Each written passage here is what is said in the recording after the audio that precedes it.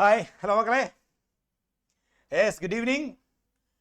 അപ്പോൾ maths exam ഒക്കെ കഴിഞ്ഞ സന്തോഷം എല്ലാവരുടെയും മുഖത്തുണ്ട്. ആരും തന്നെ പരീക്ഷ പാടായിരുന്നു എന്ന് പറഞ്ഞില്ല, എല്ലാവർക്കും എളുപ്പമായിരുന്നു. ആവറേജ്, മീഡിയം, ഓക്കെ, ഈസി എന്ന ആൻസറേ എല്ലാവരുടെയും കിട്ടിയിട്ടുള്ളൂ. Hope it was easy for all of you. എല്ലാവർക്കും മാത്സ് എക്സാം എളുപ്പമായിരുന്നു എന്ന് കരുതുന്നു അല്ലേ? Yes, if it was so please wave your hands. എല്ലാവരും മിടുക്കന്മാരും മിടുക്കികളും എല്ലാവരും yes. Thank you very much. Fine, ya, good, very good, very good. അപ്പോൾ അടുത്തത് നമ്മുടെ ഇംഗ്ലീഷ് എക്സാം ആണ്. സോ നമുക്ക് സ്റ്റാർട്ട് ചെയ്യാൻ മുമ്പ് നമുക്ക് prayer. Let's begin with prayer. Yes, please close your eyes, all of you. Yeah, yes. അപ്പോൾ നമ്മൾ ഇനി അടുത്തത് ഏറ്റവും എളുപ്പമുള്ള ഒരു പരീക്ഷയാണ്. നമ്മുടെ കീ സബ്ജക്റ്റ് ആണ്. നമുക്ക് വളരെ എളുപ്പം മാർക്ക് സ്കോർ ചെയ്യാൻ പറ്റുന്ന പേപ്പറുമാണ് ഇംഗ്ലീഷ്. യെസ്,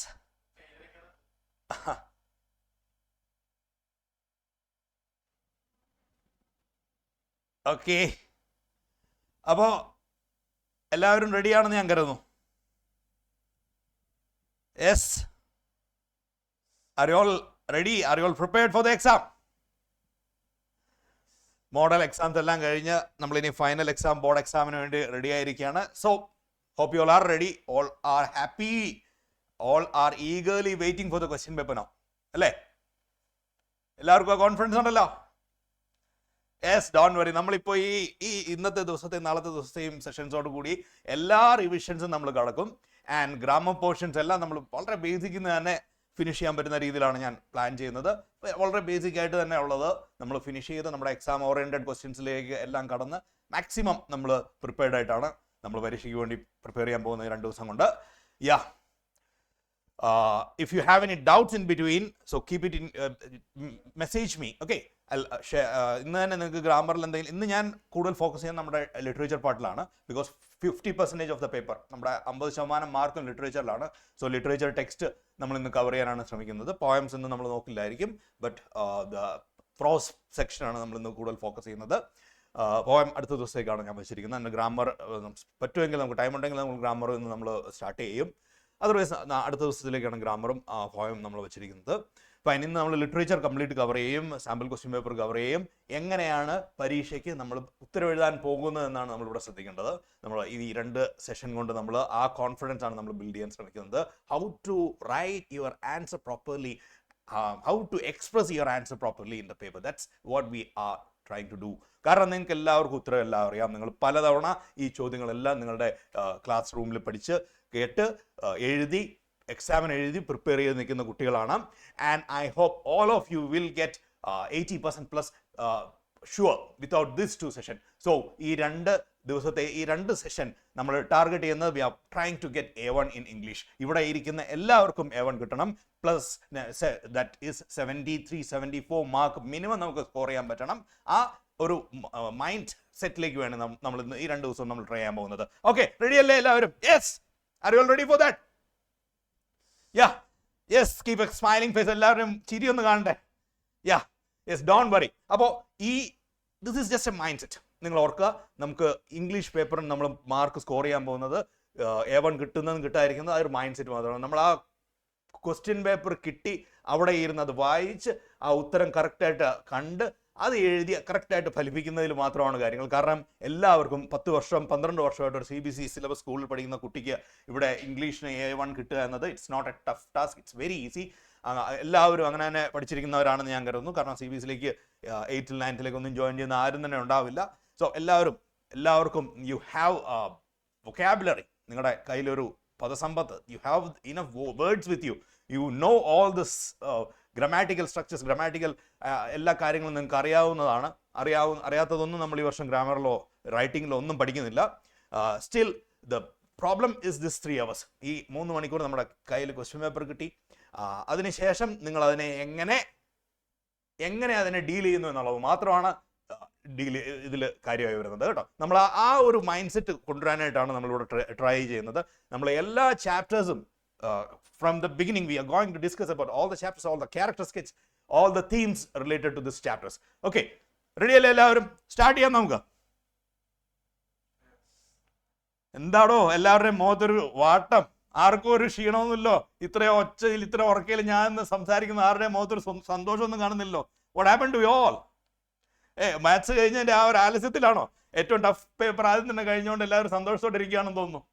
എല്ലാവരും ഒന്ന് ഉറങ്ങിയ മൂഡിലാണല്ലോ. Would happen to you all? Ya, thank you, fine.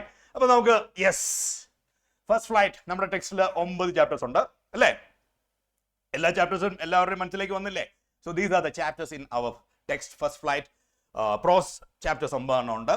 Yes, a letter to God, Nelson Mandela, long walk to freedom, stories about flying from the diary of Anne Frank, glimpses of India, Mijibil the author, Madam Rides the Bus, the sermon at Banaras, the proposal play.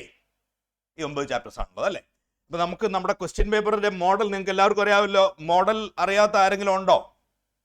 Model എങ്ങനെയാണ് question വരുന്നത്, എത്ര question ഉണ്ട് എന്നുള്ള കാര്യങ്ങൾ എല്ലാവർക്കും വീണ്ടും വീണ്ടും നിങ്ങൾ പ്രാക്ടീസ് ചെയ്ത് പഴകിയിട്ടുള്ളതാണ് എന്ന് ഞാൻ കരുതുന്നു അല്ലേ? ഇല്ല എങ്കിൽ നമ്മുടെ ക്വസ്റ്റ്യൻ പേപ്പറിൽ എത്ര ചോദ്യം ഉണ്ട്? ആരാ പറയാ എന്നോടൊന്ന്? Yes, how many questions are there in our question paper? അത് കേട്ട് കഴിഞ്ഞാൽ തന്നെ അറിയാം ആർക്കൊക്കെ ഇതിനെക്കുറിച്ച് ധാരണക്കുറവുണ്ടെന്നുള്ളത്. ആരാ പറയുക? How many questions are there in our question paper? Ishika പറഞ്ഞോ, എത്ര ക്വസ്റ്റ്യൻ പേപ്പർ ഉണ്ട് നമ്മുടെ എത്ര ക്വസ്റ്റ്യൻസ് ഉണ്ട് നമ്മുടെ ക്വസ്റ്റ്യൻ പേപ്പറിൽ?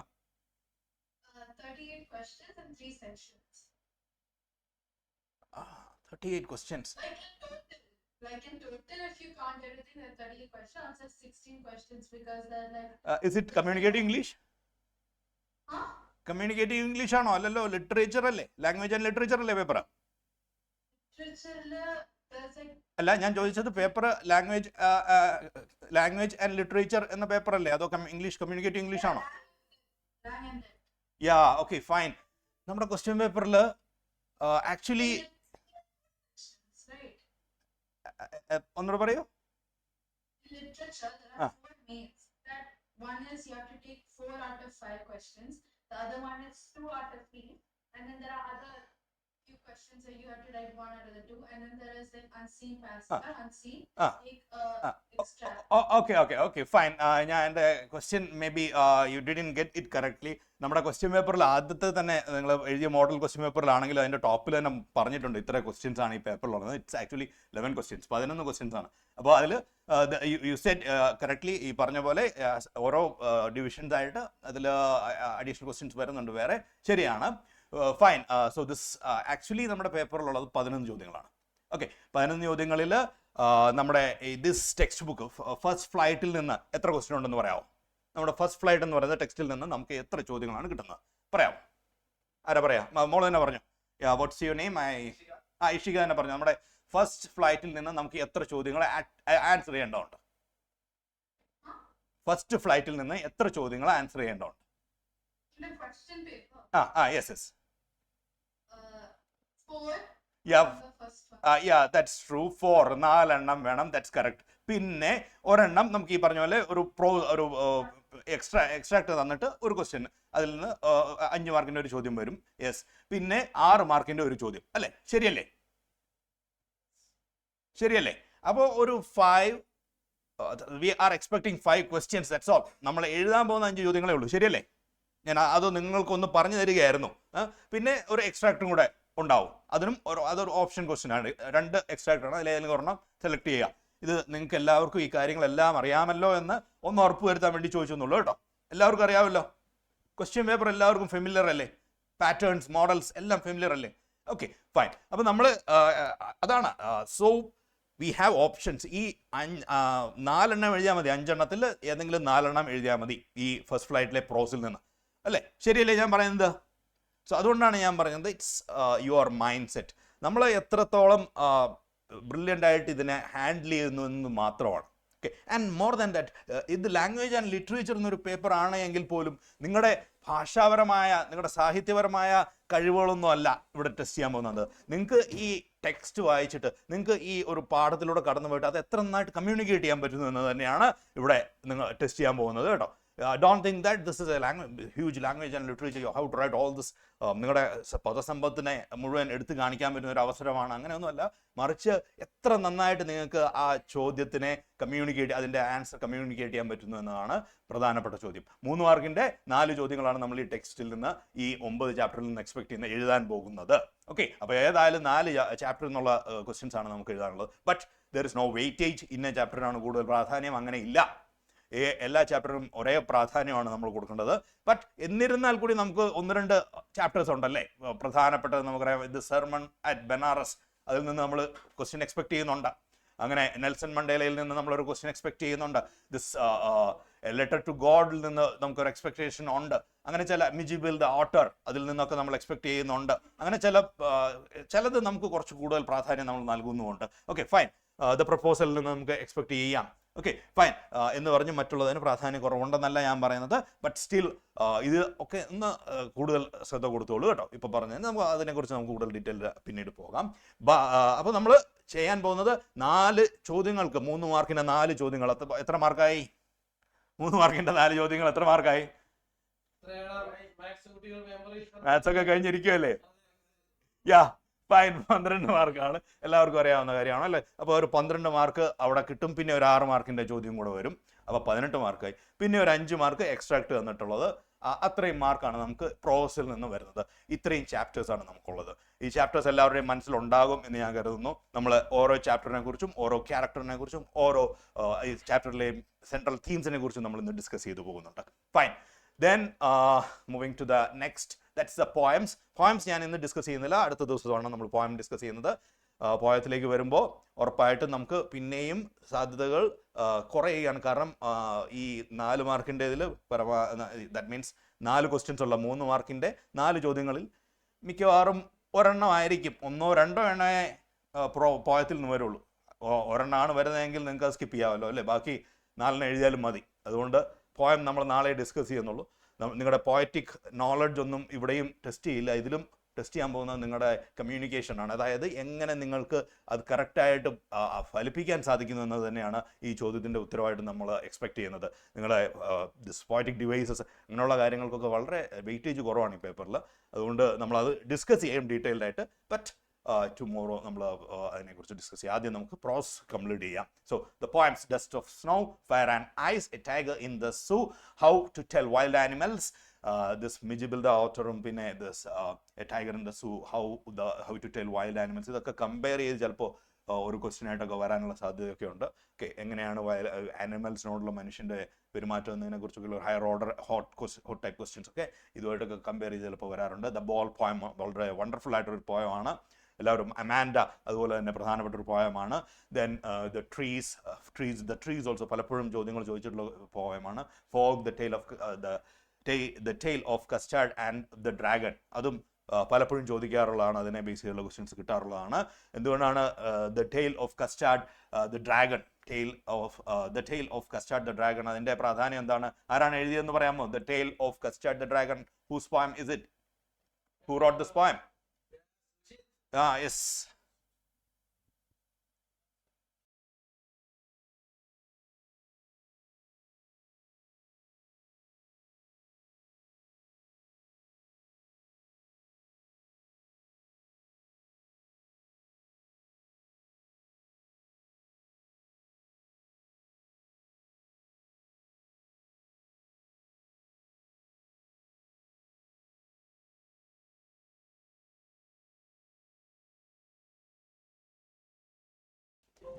Yes, Ogden Nash. It's the poet is Ogden Nash. അപ്പോൾ ക്ലിയർ അല്ലേ എല്ലാവർക്കും? എല്ലാ പോയം എഴുതിയ പോയറ്റ്സിൻ്റെ പേര് എല്ലാ ഓർമ്മയിലുണ്ടാവില്ല. നമ്മൾ കൂടുതൽ അടുത്ത ദിവസം പോയറ്റ്സിനെ കുറിച്ച് നമ്മൾ അടുത്ത ദിവസം ഡിസ്കസ് ചെയ്യാം. Now the supplementary book, that's footprints without feet. Okay, നമ്മൾ ദിസ് ലിറ്ററേച്ചർ പാർട്ട് മാത്രമല്ല നമ്മുടെ ഗ്രാമർ പാർട്സ് എല്ലാം നമ്മളിന്ന് ഡിസ്കസ് ചെയ്യുന്നുണ്ട്. Fine. This footprints without feet text, അതിൽ നിന്ന് നമ്മൾ എക്സ്പെക്ട് ചെയ്യുന്നത് 2+1 അല്ലേ? 2 ചോദ്യങ്ങളെ എഴുതിയാൽ മതി. 3 ക്വസ്റ്റ്യൻസ് തരും, അതിൽ ഒരെണ്ണം ഓപ്ഷനാണ്. 2 എണ്ണം എഴുതിയാൽ മതി. 3 മാർക്കിൻ്റെ 2 എണ്ണം പ്ലസ് 6 മാർക്കിൻ്റെ ഒരെണ്ണം, പിന്നെ ഒരു എക്സ്ട്രാക്ട് ക്വസ്റ്റ്യനുമാണ് ഈ ചാപ്റ്ററിൽ ഇതിൽ നിന്ന് നമ്മൾ എക്സ്പെക്ട് ചെയ്യുന്നത്. So any doubt about this question പാറ്റേണിനെ കുറിച്ച് ആർക്കെങ്കിലും എന്തെങ്കിലും ചോദ്യങ്ങൾ ചോദിക്കാനുണ്ടോ? Any doubts? If you have any doubts, please clear it. About this chapters ഇതൊക്കെയാണ്. A triumph of surgery, the thief story is അതും വളരെ പ്രധാനപ്പെട്ട ഒരു ചാപ്റ്ററാണ്. പലപ്പോഴും ചോദ്യങ്ങൾ ചോദിക്കാറുണ്ട്. മിക്കവാറും ഒക്കെ ചോദ്യങ്ങൾ നമുക്ക് കിട്ടുന്നതാണ്. The thief story, the midnight visitor, a question of trust, footprints without feet, അതിൽ നിന്നും നമ്മൾ ചോദ്യം എക്സ്പെക്ട് ചെയ്യുന്നുണ്ട്. The making of a scientist also is Wonderful. Then the necklace also is there. Boli also important. Then the book that saved the earth, last chapter ആയതുകൊണ്ട് തന്നെ അതൊന്നും പലപ്പോഴും ചോദ്യങ്ങൾ കിട്ടാറുണ്ട്. ഓക്കെ, ക്ലിയർ അല്ലേ? അപ്പോൾ നമുക്ക് പതുക്കെ ഓരോ ചാപ്റ്റേഴ്സ് വൈസ് ഡിസ്കഷനിലേക്ക് പോവാം, തുടങ്ങാം. Let's begin. Ready? Yeah, thank U. So ആദ്യത്തെ chapter, yes, A Letter to God by G.L. Findus is a story about Lencho, a farmer who had complete faith in God. അപ്പോൾ ഇതിലെ ഈ ചാപ്റ്ററിലെ പ്രധാന തീംസിൽ ഒന്നാണ് faith, obedience and faith upon God, അല്ലേ? ഈശ്വര വിശ്വാസത്തിൽ അധിഷ്ഠിതമായ ഒരു കഥ കൂടിയാണ്. It's the central character. Hope you all remember the name. It's clear to you all. Lencho is the central character. Lencho lived with his family in a small house on the crest of a hill. He grew corn and his entire crop depended on rainfall. When rainfall finally came, Lencho was very happy. However, the rain soon turned into a hailstorm that destroyed the entire crop. This disaster left Lencho and his family without food or money. Despite the loss, Lencho did not lose faith in God. He believed that God would surely help him. So he wrote a letter to God asking for 100 pesos to sow his field again and support his family. Okay, ഒരു നിഷ്കളങ്കമായ വിശ്വാസം, the faith, the ultimate faith in God. That's what we experience in this story, in this beautiful story. Fine. The postmaster, the next character in this story is the postmaster. The postmaster read this letter and was deeply moved by Lencho's faith. Wanted to help. He collected money from his colleagues and contributed himself. He managed to send 70 pesos to Lencho, signing the letter as God. When Lencho received the money, he was not surprised. Instead, he became angry because about ഒരു ironical effect ആണ് കിട്ടുന്നത്, അല്ലേ? കഥയിലെ irony-യെ കുറിച്ച് comment ചെയ്യാനായിട്ട് ചിലപ്പോൾ ചോദിച്ചേക്കാം. So what's the irony in it? I hope it's clear to you all. You all know how to present it. Okay. ഈ ഉത്തരം നിങ്ങൾക്ക് എഴുതാൻ സാധിക്കുമെന്ന് ഞാൻ കരുതുന്നു. What's the irony? ഈ കഥയിലെ ഐറണിയുമായിട്ട് റിലേറ്റഡ് ആയിട്ടുള്ള ഒരു ക്വസ്റ്റ്യൻ ആണ് വരുന്നതെങ്കിൽ എല്ലാവർക്കും അത് എഴുതാനുള്ള ഒരു ധാരണ ഉണ്ടെന്ന് ഞാൻ കരുതുന്നു. Okay, what do you mean by irony? Irony എന്താണ്? What's the irony in this story? Who can give me the answer about the irony? Who can comment on the irony? Yeah, fine. Yes, Joe. Yes, Joe, please. The irony is that he started blaming the very people who helped him. Yeah, okay, fine. So നമ്മുടെ answer എഴുതുമ്പോൾ നമ്മൾ when we write the answer, make sure that ഏറ്റവും basic ആയിട്ടുള്ള ഒരു കാര്യം ഞാൻ പറയാൻ ആഗ്രഹിക്കുന്നത്, നിങ്ങളുടെ ആൻസർ പേപ്പറിൽ ഒരിക്കലും ഉണ്ടാകാൻ പാടില്ലാത്ത 3 മിസ്റ്റേക്സിനെ കുറിച്ച് ഞാൻ പറയാം. ഒന്ന്, ക്യാപിറ്റലൈസേഷൻ മിസ്റ്റേക്സ് വരുത്താൻ പാടില്ല. ക്യാപിറ്റൽ ലെറ്റർ ഉപയോഗിക്കേണ്ട സ്ഥലങ്ങളിൽ ക്യാപിറ്റൽ ലെറ്റർ ഉപയോഗിക്കണം. why I repeat this is whenever I go through the answer sheets, I find a lot of mistake from the students' part. They never use capital. Many times they skip this full stops and capital letters. It's a very basic thing. നിങ്ങൾ എഴുതുന്നതിൻ്റെ അല്ലെങ്കിൽ നിങ്ങൾ ആ ഒരു exam ഹാളിൽ ഇരിക്കുന്നതിൻ്റെ ആ ഒരു confusion ആയിരിക്കാം, ചിലപ്പോൾ പലപ്പോഴും പെട്ടെന്ന് എഴുതി തീർക്കാനുള്ള ധൃതിയായിരിക്കാം. But don't do this. Capitalization and full stop, very important. Another most important thing is tense consistency. What is that tense consistency? Tense consistency എന്ന് പറയുന്നത് പാസ്റ്റ് ടെൻസ് ആണ് നിങ്ങൾ ഉപയോഗിക്കുന്നതെങ്കിൽ ശ്രദ്ധിക്കുക. കഴിഞ്ഞു പോയ ഒരു കാര്യത്തെക്കുറിച്ചാണ് നിങ്ങൾ പറയുന്നതെങ്കിൽ ഇടയ്ക്കിടയ്ക്ക് നിങ്ങൾ ടെൻസ് മാറരുത്. ഫ്യൂച്ചറിലേക്കോ അല്ലെ പ്രസന്റിലേക്കോ മാറരുത്. ഓക്കെ, ഇൻ ബിറ്റ്വീൻ ചില സിറ്റുവേഷൻസിലൊക്കെ അത് ആപ്റ്റായിട്ട് വരാം. ബട്ട് മോസ്റ്റ് പ്രോബബ്ലി നമ്മൾ എഴുതുന്ന answers almost 90% of the answers അല്ലെ 90% of the sentences mostly past tense ആയിരിക്കും, അല്ലെ? ഡിസ്ക്രിപ്ഷൻസ് ആണ്, കഴിഞ്ഞുപോയ കാര്യങ്ങളെക്കുറിച്ചാണ് നമ്മൾ എഴുതുന്നത്. അത് ശ്രദ്ധിക്കുക. പാസ്റ്റ് ടെൻസിലാണ് നിങ്ങൾ കൂടുതലും എഴുതേണ്ടി വരുന്നത്. അതിൽ തന്നെ don't get confused. Simple past ഉപയോഗിക്കാം. ഓക്കെ, എല്ലായിടത്തും തന്നെ നമുക്ക് സിമ്പിൾ പാസ്റ്റ് ഉപയോഗിക്കാൻ പറ്റും. ഓക്കെ, അത് നിങ്ങളുടെ ക്വസ്റ്റ്യൻസ് അല്ലെ ആൻസറിനെ ഫ്രെയിം ചെയ്യുന്നത് ആ രീതിയിലാക്കിക്കൊള്ളുക. സിമ്പിളായിട്ട് തന്നെ എഴുതുക. Okay, that's what I said. ഇത് നിങ്ങളുടെ ആ റിട്ടോറിക് സ്കിൽസ് അല്ലെങ്കിൽ ലിറ്ററേച്ചറിൽ നിങ്ങളുടെ ആ ഒരു കഴിവ് തെളിയിക്കുവാനുള്ളൊരു വേദിയായിട്ട് നിങ്ങൾ കാണേണ്ട കാര്യമില്ല. നമുക്ക് മാർക്കാണ് കിട്ടേണ്ടത് without grammatical errors. Grammatical mistakes വരുത്താതെ സിമ്പിളായിട്ട് എഴുതുക എന്നതാണ് ഒന്നാമത്തെ കാര്യം. യെസ്, ഓഫ് കോഴ്സ് ചില ക്വസ്റ്റ്യൻസ് ഉണ്ട്, റിട്ടോറിക് ക്വസ്റ്റ്യൻസ് ഉണ്ട്. 6 മാർക്കിന്റെ ക്വസ്റ്റ്യൻസ് 2 ഉണ്ടാവും, 4 ക്വസ്റ്റ്യൻസ് ആയിരിക്കും, അല്ലേ? അതിൽ ഒരെണ്ണം കുറച്ച് റിട്ടോറിക് ആയിരിക്കും. നിങ്ങൾ ക്വസ്റ്റ്യൻ വായിക്കുമ്പോൾ തന്നെ നിങ്ങൾക്ക് മനസ്സിലാവും അതിൽ സാഹിത്യം ഉൾപ്പെടുന്ന രീതിയിലുള്ള അല്ലെ സാഹിത്യാഭിരുചി ടെസ്റ്റ് ചെയ്യുന്ന ഒരു ക്വസ്റ്റ്യൻ. മറ്റേതൊന്ന് ഡയറക്റ്റും ആയിരിക്കും. അങ്ങനെ തന്നെയാണ് സാധാരണ എല്ലായ്പ്പോഴും നമുക്ക് കിട്ടുന്നത്. അപ്പോൾ ഇറ്റ്സ് യുവർ ചോയ്സ്. അപ്പോൾ അവിടെ നിങ്ങളുടെ കോൺഫിഡൻസ് ആണ്. Yes, I can write this എന്നത് നിങ്ങളുടെ കോൺഫിഡൻസ് ആണ്. Yes, those who are skilled must you show your rhetoric skills in this paper, that's sure. But നിങ്ങൾക്ക് അത്ര കോൺഫിഡൻസ് ഇല്ല എങ്കിൽ സിമ്പിളായിട്ട് തന്നെ ആൻസർ എഴുതിക്കോളൂ. Full marks you will score full marks if you make your answer simple, but it should be effective, it should be clear and crystal clear clarity ഉള്ളതായിരിക്കണം, without grammatical mistakes. Okay, clear അല്ലേ? Is it clear to you all? Fine. Simple ആയിട്ട് എഴുതിയാൽ മതി. Grammatical mistakes പരമാവധി ഇല്ലാതെ സിമ്പിളായിട്ട് തന്നെ എഴുതുക. Okay, fine. സെൻ അപ്പോൾ പ്രത്യേകം ശ്രദ്ധിക്കേണ്ട കാര്യം ഇതാണ്, ടെൻസ് ഇൻകൺസിസ്റ്റൻസി ഉണ്ടാകാൻ പാടില്ല. നമ്മൾ എഴുതുന്ന സെൻറ്റൻസുകൾ ഒരു ഭാഗത്ത് പാസ്റ്റിൽ ആരംഭിച്ചിട്ട് പിന്നീട് പ്രസന്റിലേക്ക് പോവുക, ഫ്യൂച്ചറിലേക്ക് പോവുക, അങ്ങനെയുള്ള കാര്യങ്ങൾ ഉണ്ടാകാൻ പാടില്ല. Okay, is it clear to you all? Any doubts about this? Any further explanation needed about this? No, I hope. When Lencho received the money, he was not surprised. Instead, he became angry because the amount was less than what he had asked for. He believed that the post office employees had taken the remaining money. Lencho wrote another letter to God, asking him to send the rest of the money, but warned him not to send it through the post office, as he thought the employees were dishonest. That's the irony in the story. അതാണ് കഥയിലെ irony എന്ന് പറയുന്നത്. Lencho, the man who received the money, അദ്ദേഹം കരുതുന്നത് ഇത് അവർ അടിച്ചു മാറ്റി എന്നുള്ളതാണല്ലേ. this post office, the people in the post office, okay, they took his money. That's what he thought. Okay, clear അല്ലേ? Can we move on to the next? Any doubts? Fine. So the central themes. അപ്പോൾ themes പലപ്പോഴും പല ക്വസ്റ്റ്യൻസിലും ഈ തീംസിനെ കുറിച്ച് ചോദിക്കാറുണ്ട്. നമ്മുടെ question പേപ്പറിൽ വരുന്ന ക്വസ്റ്റ്യൻസിൽ കണക്റ്റഡ് ടു ദ തീം, എങ്ങനെയാണ് ഈ ഒരു പർട്ടിക്കുലർ തീം ഈ സ്റ്റോറിയിൽ ആപ്ലിക്കബിൾ ആകുന്നത് എന്നുള്ള രീതിയിലുള്ള ക്വസ്റ്റ്യൻസ് ഒക്കെ പലപ്പോഴും ചോദിക്കാറുണ്ട്. So faith in God. The central theme of the story is unshakable faith. Lencho has complete belief in God and is confident that God will help him in times of trouble. Even after losing his crop, his faith remains strong, and he writes directly to God asking for help. So that's the one of the central theme of the story, faith in God. Then human kindness and generosity. The story highlights the kindness of human beings. The postmaster and the post office employees helped Lencho by collecting money for him. Their act shows sympathy, compassion, and a desire to help a needy person without expecting anything in return. So this human kindness and generosity.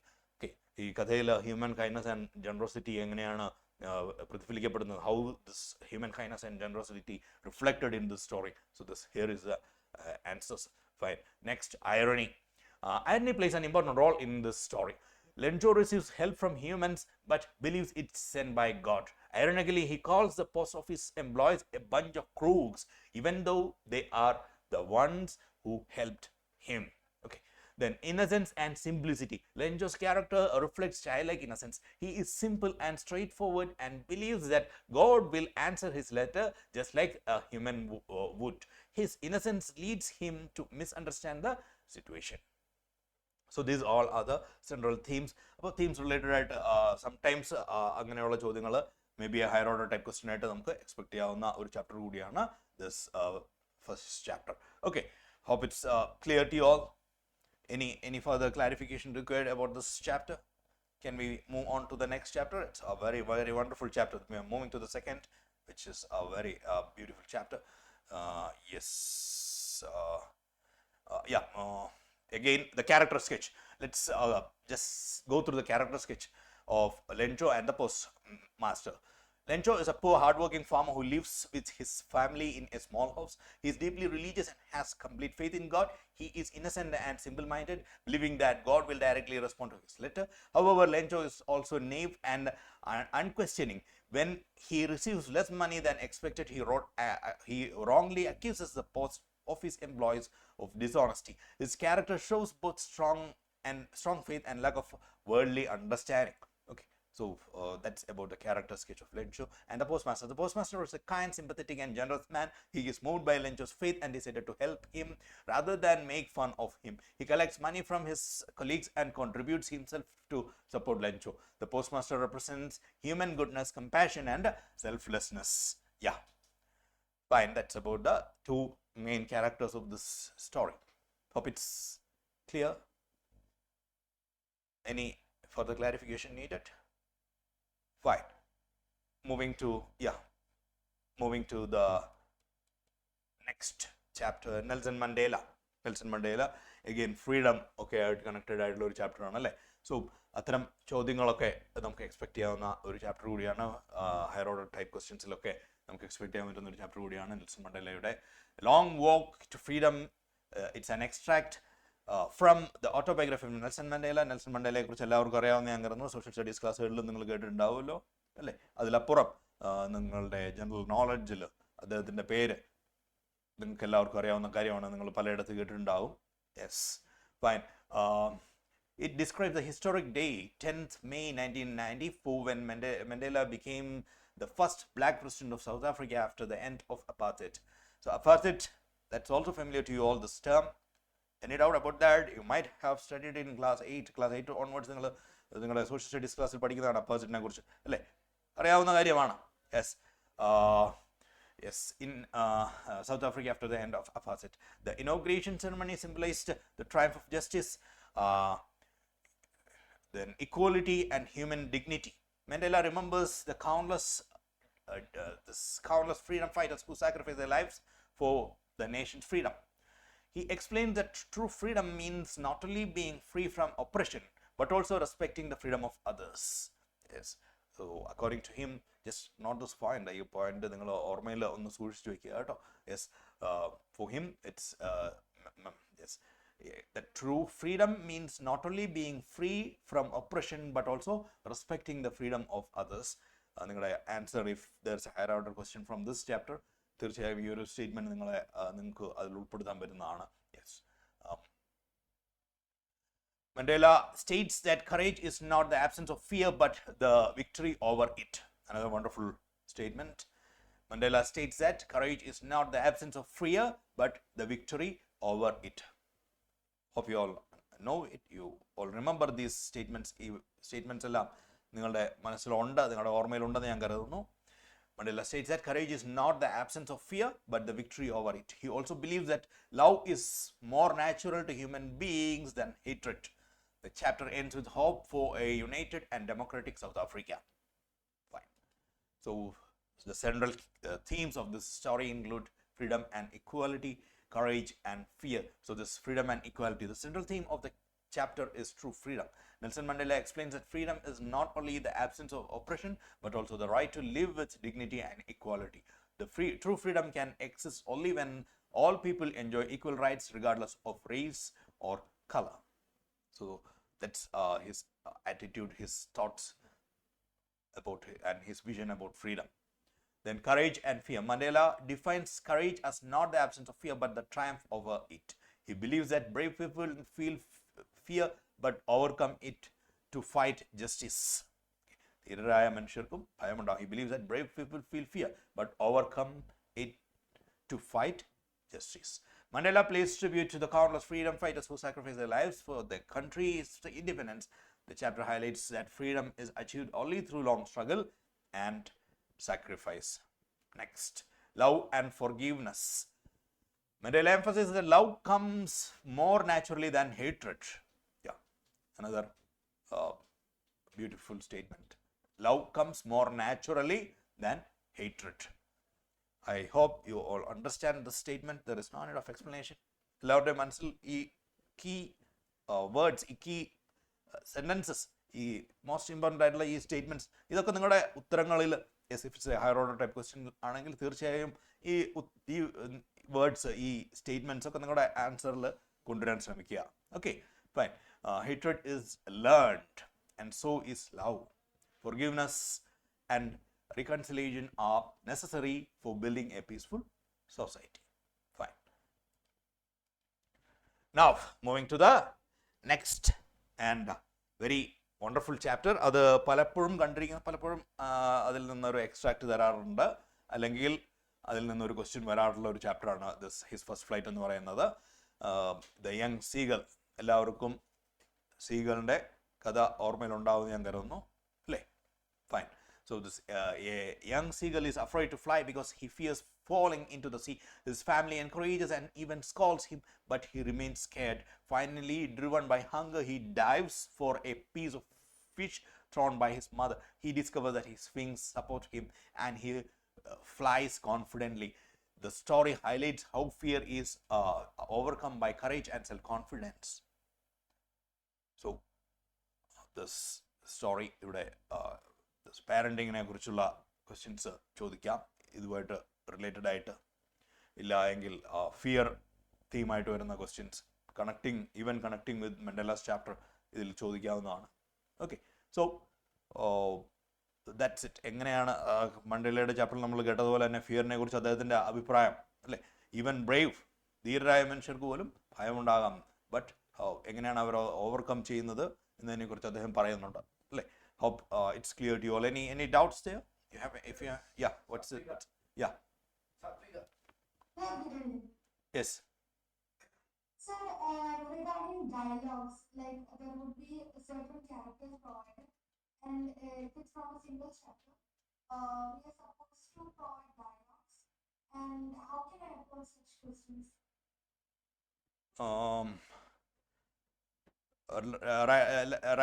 Dialogue റൈറ്റിങ്ങിൻ്റെ question ആണ് ചോദിക്കുന്നത് അല്ലേ. Question situation തന്നിട്ട് അതിൻ്റെ dialogue എഴുതുക എന്നുള്ള questions ആണ് ചോദിക്കുന്നത്. Okay, do you find it in any question paper? Yes, sir. ഞങ്ങൾക്ക് ഇപ്പോൾ ഈയിടെ പ്രീബോർഡിൽ വന്നിട്ടുണ്ടായിരുന്നു. ഇതില് ഞങ്ങൾക്ക് Is it പിന്നെ ഒരെണ്ണം അമാൻഡോന്റെ ആയിരുന്നു. പക്ഷേ വേറെ സപ്ലിമെന്ററി ചെയ്ത്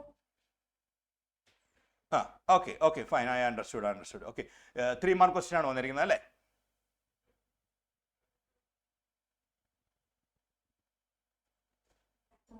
Are you there? Can you hear me? Maybe some technical issues. കേൾക്കാൻ പറ്റുന്നുണ്ടോ? Can you hear me? yes, sir. So based on that situation, അപ്പോൾ ഒരു സിറ്റുവേഷൻ തന്നിട്ട് അതിൻ്റെ ദിസ് ഡയലോഗ് കൺസ്ട്രക്ട് ചെയ്യാനായിട്ടാണ് പറയുന്നത് അല്ലേ. Fine, okay. This dialogue constructions വരുമ്പോൾ മോസ്റ്റ് പ്രോബബ്ലി അഗെയിൻ അവിടെ നിങ്ങൾ ശ്രദ്ധിക്കേണ്ട കാര്യം, we are using this present ടെൻസിലായിരിക്കും നമ്മുടെ ഡയലോഗ് നമ്മൾ ഡെലിവറിയിൽ വരുന്നത്, കൂടുതലും പ്രസന്റ് ടെൻസിലേക്കായിരിക്കും നമ്മൾ യൂസ് ചെയ്യാൻ പോകുന്നത്. That imagine that situation and this turns. Okay, ഒരു ഡയലോഗ് കൺസ്ട്രക്ഷനിലെ പ്രധാന പോയിന്റ് എന്ന് പറയുന്നത് ദ കൊഹറൻസ് ആണ്. അതിൽ ടേൺസ് എടുക്കുമ്പോൾ അതിലുള്ള കൊഹറൻസ് ആയിരിക്കണം. നിങ്ങൾ ചോദിക്കുന്ന ചോദ്യവുമായിട്ടുള്ള കണക്ഷൻ, അതിൽ വരുന്ന answer how's it should be coherent to the question അല്ലേ. ഡയലോഗ് അല്ലെങ്കിൽ കണ്ടിന്യൂ ചെയ്ത് പോകാൻ പറ്റില്ല. There should be a communication നടക്കണം, ഒരു കൊഹറൻസ് ഉണ്ടായിരിക്കണം അല്ലേ. അതിലാണ് ശ്രദ്ധിക്കേണ്ടത്. പിന്നെ മോസ്റ്റ് പ്രോബബ്ലി അത് നമ്മൾ പ്രസന്റ് ടെൻസിൽ തന്നെ ആയിരിക്കും പ്രസന്റ് ചെയ്യുന്നത്. സംസാരിക്കുന്ന കാര്യങ്ങളാണ്, ഒരു ഡയറക്റ്റ് കോൺവെർസേഷൻ സംസാരിക്കുന്ന പോലെയാണ് നമ്മളത് പ്രസന്റ് ചെയ്യേണ്ടത്. Okay, is it a 3 mark question for you? Okay, fine. Sir, പിന്നെ ഒരു കാര്യമുണ്ട്, നമ്മൾ ലൈക്ക് ഇപ്പം ക്യാരക്ടേഴ്സ്, ഇപ്പം പോയിന്റിലായാലും ക്രോസ് ചെയ്യുന്ന 2 ക്യാരക്ടർ ഉണ്ടെങ്കിൽ ആ ചാപ്റ്റർ ആയിട്ട് തന്നെയാണ് കോൺവെർസേഷൻ കണ്ടിന്യൂ ചെയ്യുന്നത്. ബിക്കോസ് ലൈക്ക് ഇപ്പം ഒരു ബിഗിനിങ്ങിലായാലും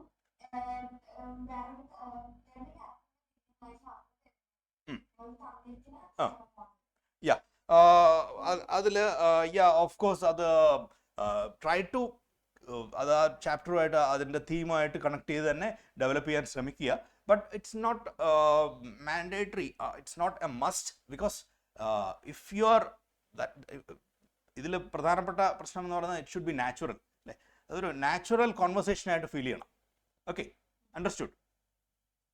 that's what you should focus on the coherence.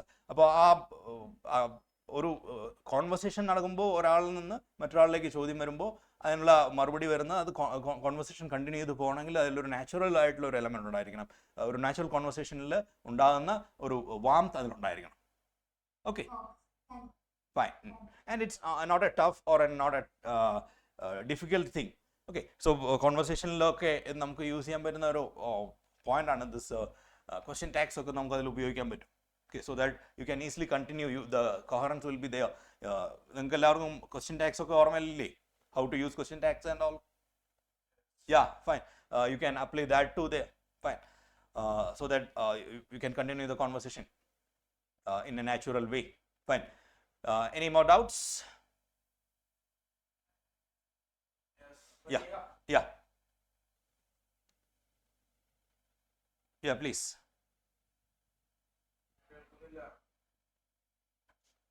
It's not audible. Not audible.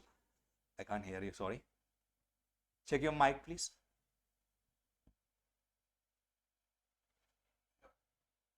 Yeah, okay. Don't worry, don't worry. Doubts, just pass it to your teachers, shadow teachers. Okay, I will address it today itself. I'll return to you. I'll answer it today itself. Okay. ഇന്ന് തന്നെ ഇല്ലെങ്കിൽ നാളെ ഈ നമ്മുടെ class തുടങ്ങുന്നതിന് മുമ്പ് തീർച്ചയായും ഞാൻ അതിനുള്ള ഉത്തരം നിങ്ങൾക്ക് തന്നിരിക്കും കേട്ടോ. Even if I can't hear your question correctly. Okay, fine, fine. Hope it's clear this chapter. Let's move on to the next chapter. Sorry, this character sketch കൂടെ നമുക്കൊന്ന് പെട്ടെന്ന് നോക്കിയിട്ട് പോകാം. Okay, ready? Any more doubts, or are you all ready to move on? Fine, yeah. So here, the young seagull, young, timid, inexperienced, afraid to fly due to fear of falling, learns courage when hunger forces him to act. His first flight symbolizes growth and self-confidence. So, some key points that you should remember about the character sketch of the young seagull. Okay, so this comparison of seagull and some other characters might be there. Okay, so അത്തരം questions വരികയാണെങ്കിൽ നമുക്ക് ഉപയോഗിക്കാവുന്ന ചില പ്രധാനപ്പെട്ട points ആണ് ഇവിടെ mention ചെയ്തിരിക്കുന്നത്. എല്ലാവർക്കും ക്ലിയർ അല്ലേ? Then the themes of this chapter that include fear versus courage.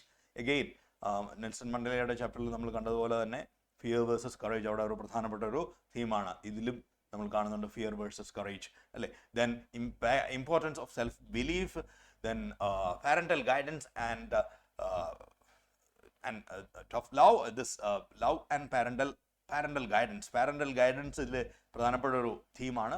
അത് റിലേറ്റഡ് ആയിട്ടുള്ള ക്വസ്റ്റ്യൻസ് നമുക്ക് എക്സ്പെക്ട് ചെയ്യാവുന്ന ഒരു ചാപ്റ്റർ കൂടിയാണിത്. Then growth through experience, okay, experiential learning അങ്ങനെയുള്ള കാര്യങ്ങൾ, ഗ്രോത്ത് ത്രൂ എക്സ്പീരിയൻസ്, ഓക്കെ, അത്തരം കാര്യങ്ങൾ ഇതിൽ പ്രധാനപ്പെട്ട ഒരു തീമാണ്. Okay, hope it's clear? Fine. Then the next flight. Okay, two flights are there, no? One, this young seagull, the other one, the black aeroplane. The narrator, a pilot, flies his Dakota aircraft from Paris to England at night. He enters a storm of dark clouds and suddenly sees another black aeroplane guiding him safely. After landing, he learns from the control room that no other aircraft was in the sky.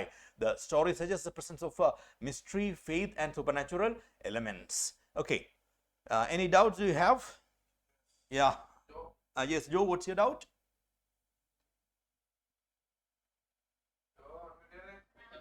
So I had a doubt in this because I saw a question which they were asking, like from a question of the dragon in that chapter.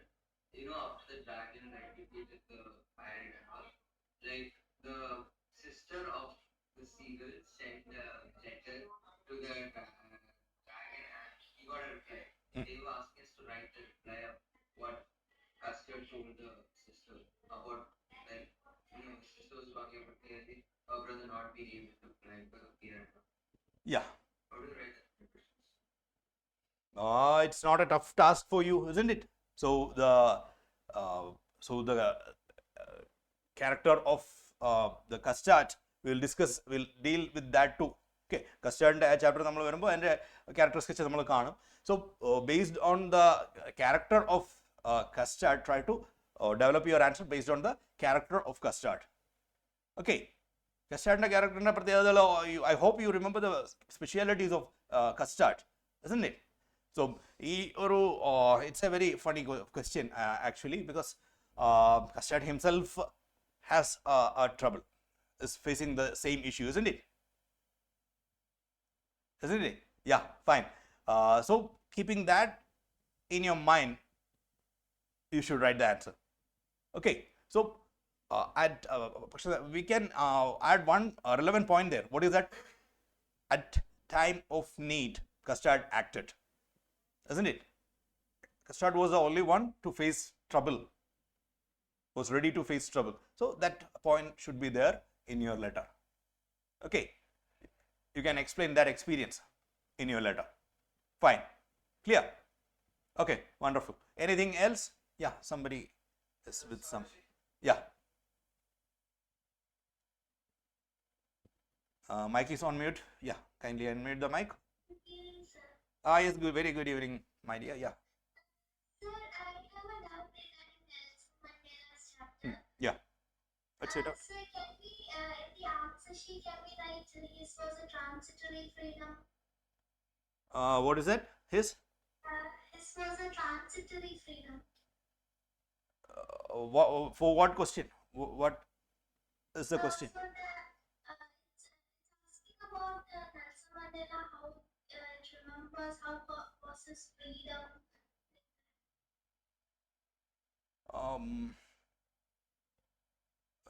Can you please tell something about the question? What is the question actually?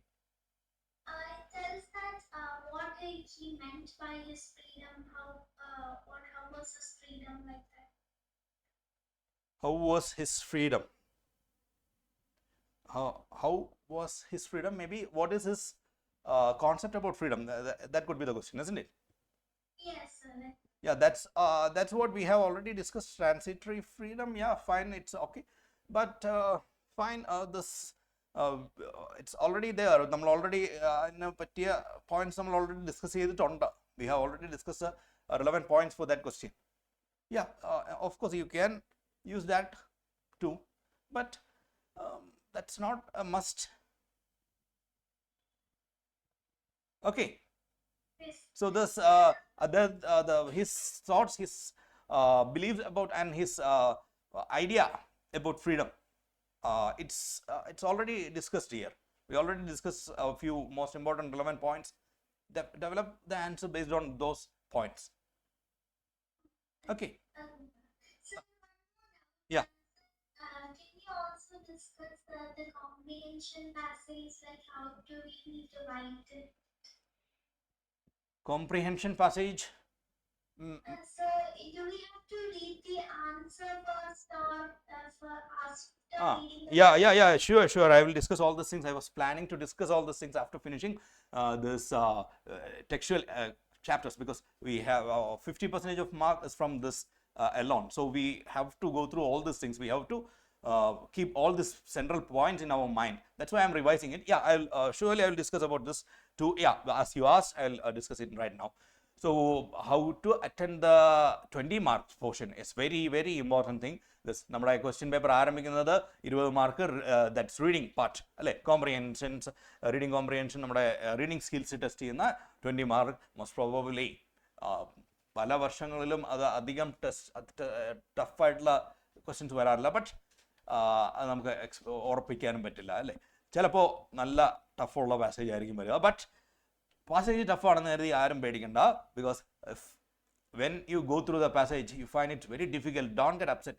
It's sure that everyone, whoever is writing this paper, will find it difficult. നിങ്ങൾ വായിച്ചിട്ട് ആ passage പാടാണെന്ന് തോന്നുകയാണെങ്കിൽ എല്ലാവർക്കും പാടാണെന്ന് തന്നെയാണ് അതിൻ്റെ അർത്ഥം. അപ്പോൾ പാടാണെങ്കിലുള്ള ഒരു ഗുണം എന്ന് പറയുന്നത് നിങ്ങൾ കൂടുതൽ ശ്രദ്ധയോടുകൂടിയായിരിക്കും ആൻസർ ചെയ്യാൻ പോകുന്നതെന്ന് തന്നെയാണ്.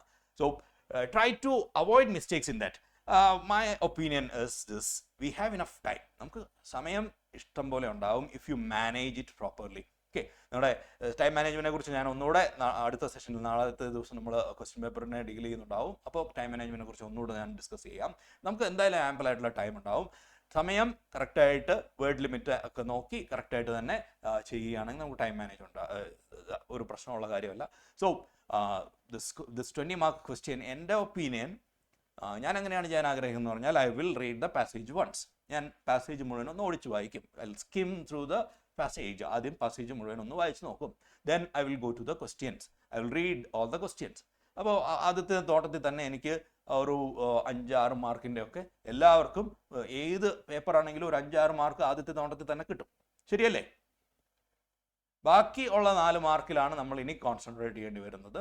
So identify that particular part of this paragraph. നമ്മൾ ഓൾറെഡി ഒന്ന് വായിച്ചു കഴിഞ്ഞിട്ടുണ്ടെങ്കിൽ ആ പാസേജിൽ എവിടെയാണ് ഈ ടഫായിട്ടുള്ള ക്വസ്റ്റ്യൻസ് വരാൻ സാധ്യതയുള്ളത് എന്ന് നമുക്ക് ഏകദേശം ഒരു ധാരണ ഉണ്ടാവും. Read that once or twice or thrice.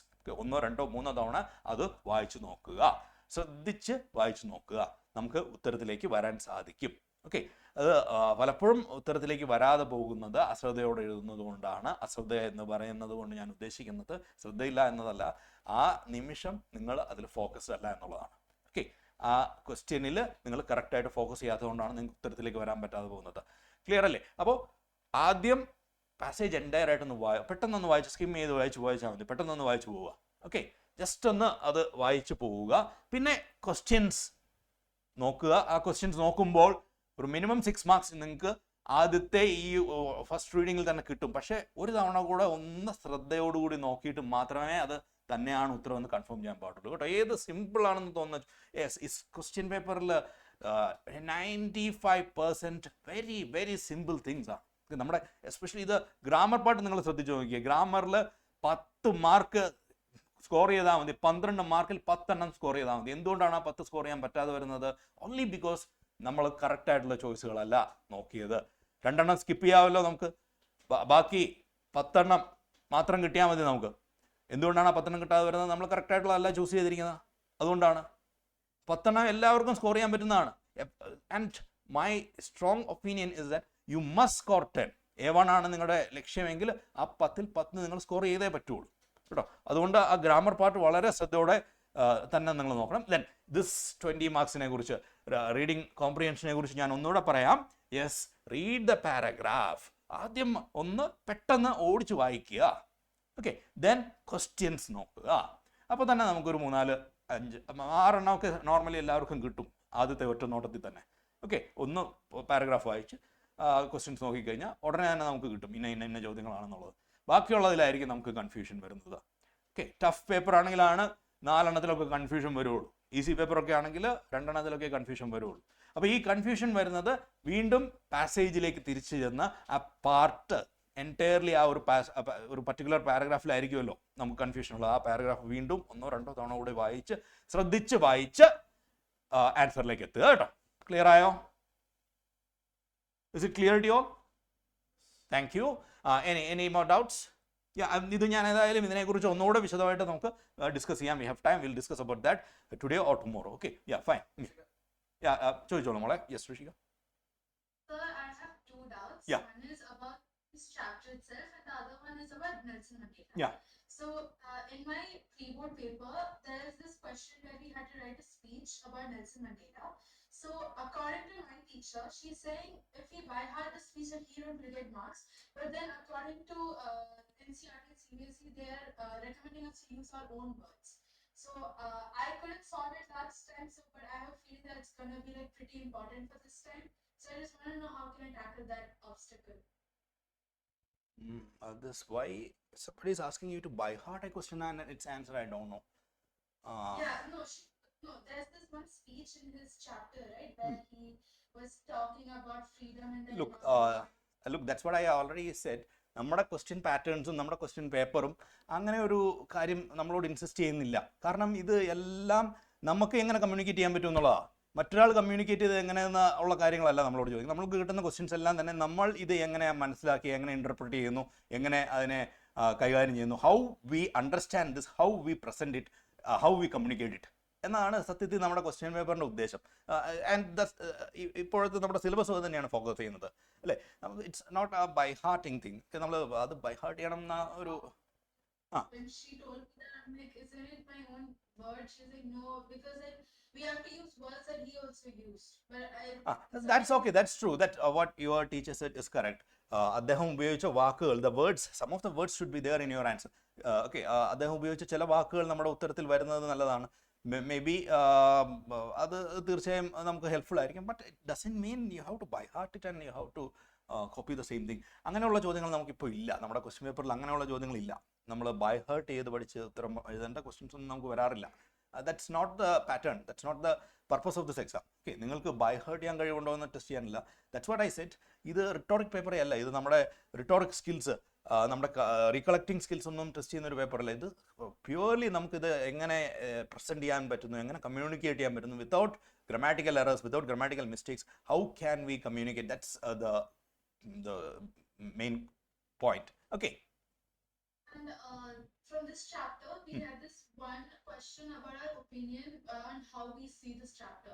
So, like, is it supernatural? supernatural element, like it's something like that. So I wrote the supernatural elements point, and then she crossed it out completely. And I was like, and I asked her what was the issue in it, because it's one of the central themes of it.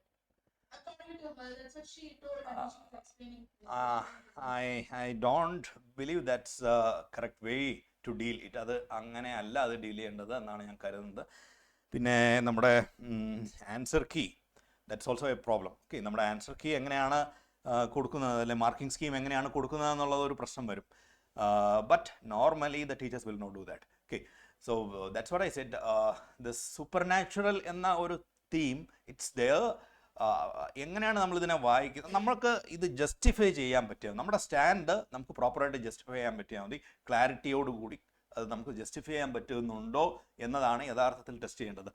That's what the teacher should test here, or the question paper should test. Okay, അതാണ് test ചെയ്യുന്നത്. അല്ലാതെ ഈ കഥയെ നിങ്ങൾ എങ്ങനെ interpret ചെയ്തു എന്നതിനെക്കുറിച്ച് പോലും അല്ല, മറിച്ച് നിങ്ങൾ അതെങ്ങനെ കമ്മ്യൂണിക്കേറ്റ് ചെയ്യുന്നു എന്നുള്ളതാണ്. That's the purpose, okay, of this paper. So normally ഇങ്ങനെ വരുമ്പോൾ യെസ്, നിങ്ങൾ ആ ഒരു തീമിനെ സെലക്ട് ചെയ്ത് അതിനെ നിങ്ങൾ കറക്റ്റായിട്ട് ജസ്റ്റിഫൈ ചെയ്തുകൊണ്ടുള്ള പോയിന്റ്സ്, നിങ്ങളുടെ പോയിന്റ്സ് വിത്തൗട്ട് ഗ്രാമാറ്റിക്കൽ മിസ്റ്റേക്സ് നിങ്ങൾ എഴുതി കഴിഞ്ഞാൽ you must get marks for that. That's what I think. But ഈ പറഞ്ഞതുപോലെ sometimes that may go into the hand of the teacher. Okay, ടീച്ചറിൻ്റെ കൈകളിലേക്ക് അത് പോകാനായിട്ടുള്ള ഒരു സാധ്യതയുണ്ട്. But still there is option, we can take the paper back and we can question it.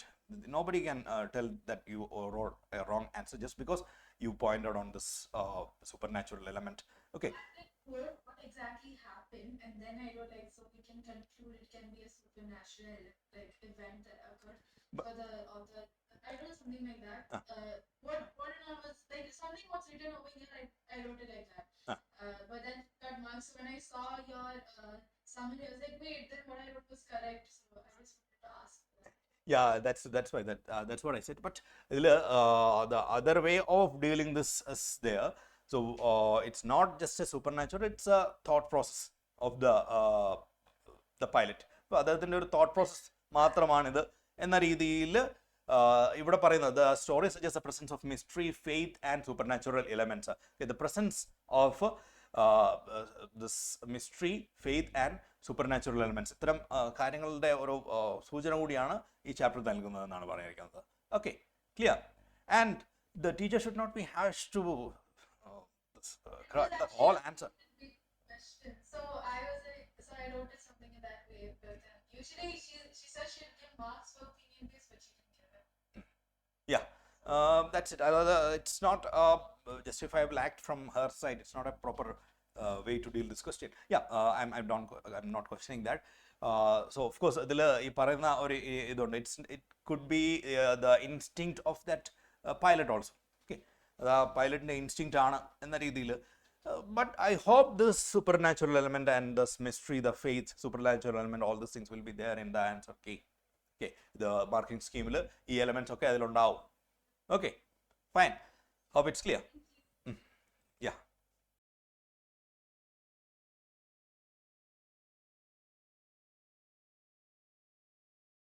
Doubts, please share it with Shadow Teacher.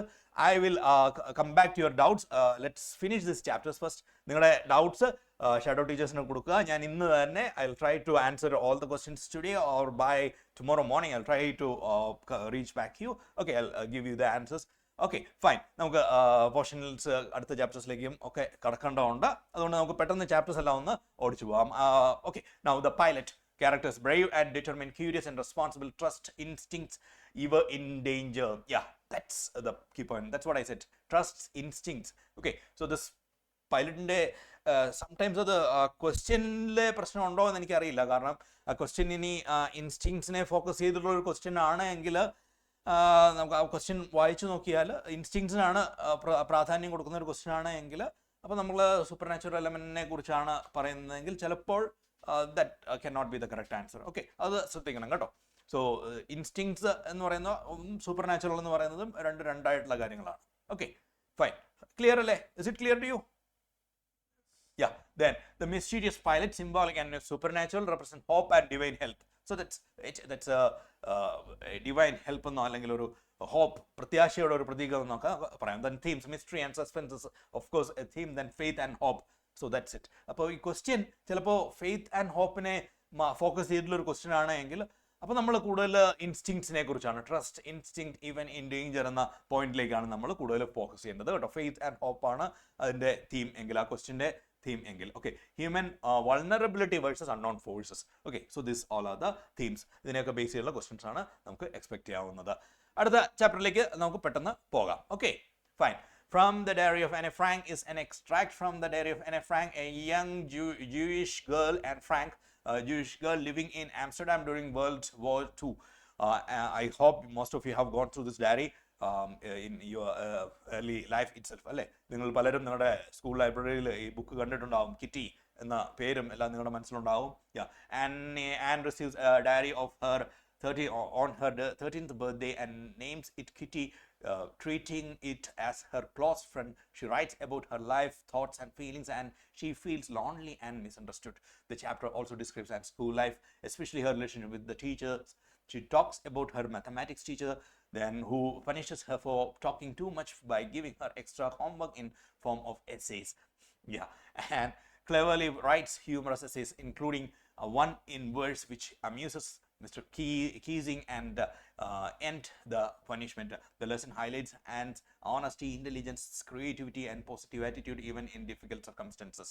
Yeah, so Anne Frank നിങ്ങൾക്ക് എല്ലാവർക്കും പരിചിതമായ പേരാണെന്ന് ഞാൻ കരുതുന്നു, അല്ലേ? എല്ലാവരുടെയും മനസ്സിൽ തങ്ങി നിൽക്കുന്ന ചിത്രം, diary of a young girl, diary, ആ ബുക്കിൻ്റെ ഫ്രണ്ട് പേജ് എല്ലാവരുടെയും മനസ്സിലുണ്ടാവുമെന്ന് ഞാൻ കരുതുന്നു. എല്ലാവർക്കും ഫെമിലിയർ ആയിട്ടുള്ള ഒരു ഫിഗറാണ് ഞാൻ കരുതുന്നു. ഫൈൻ.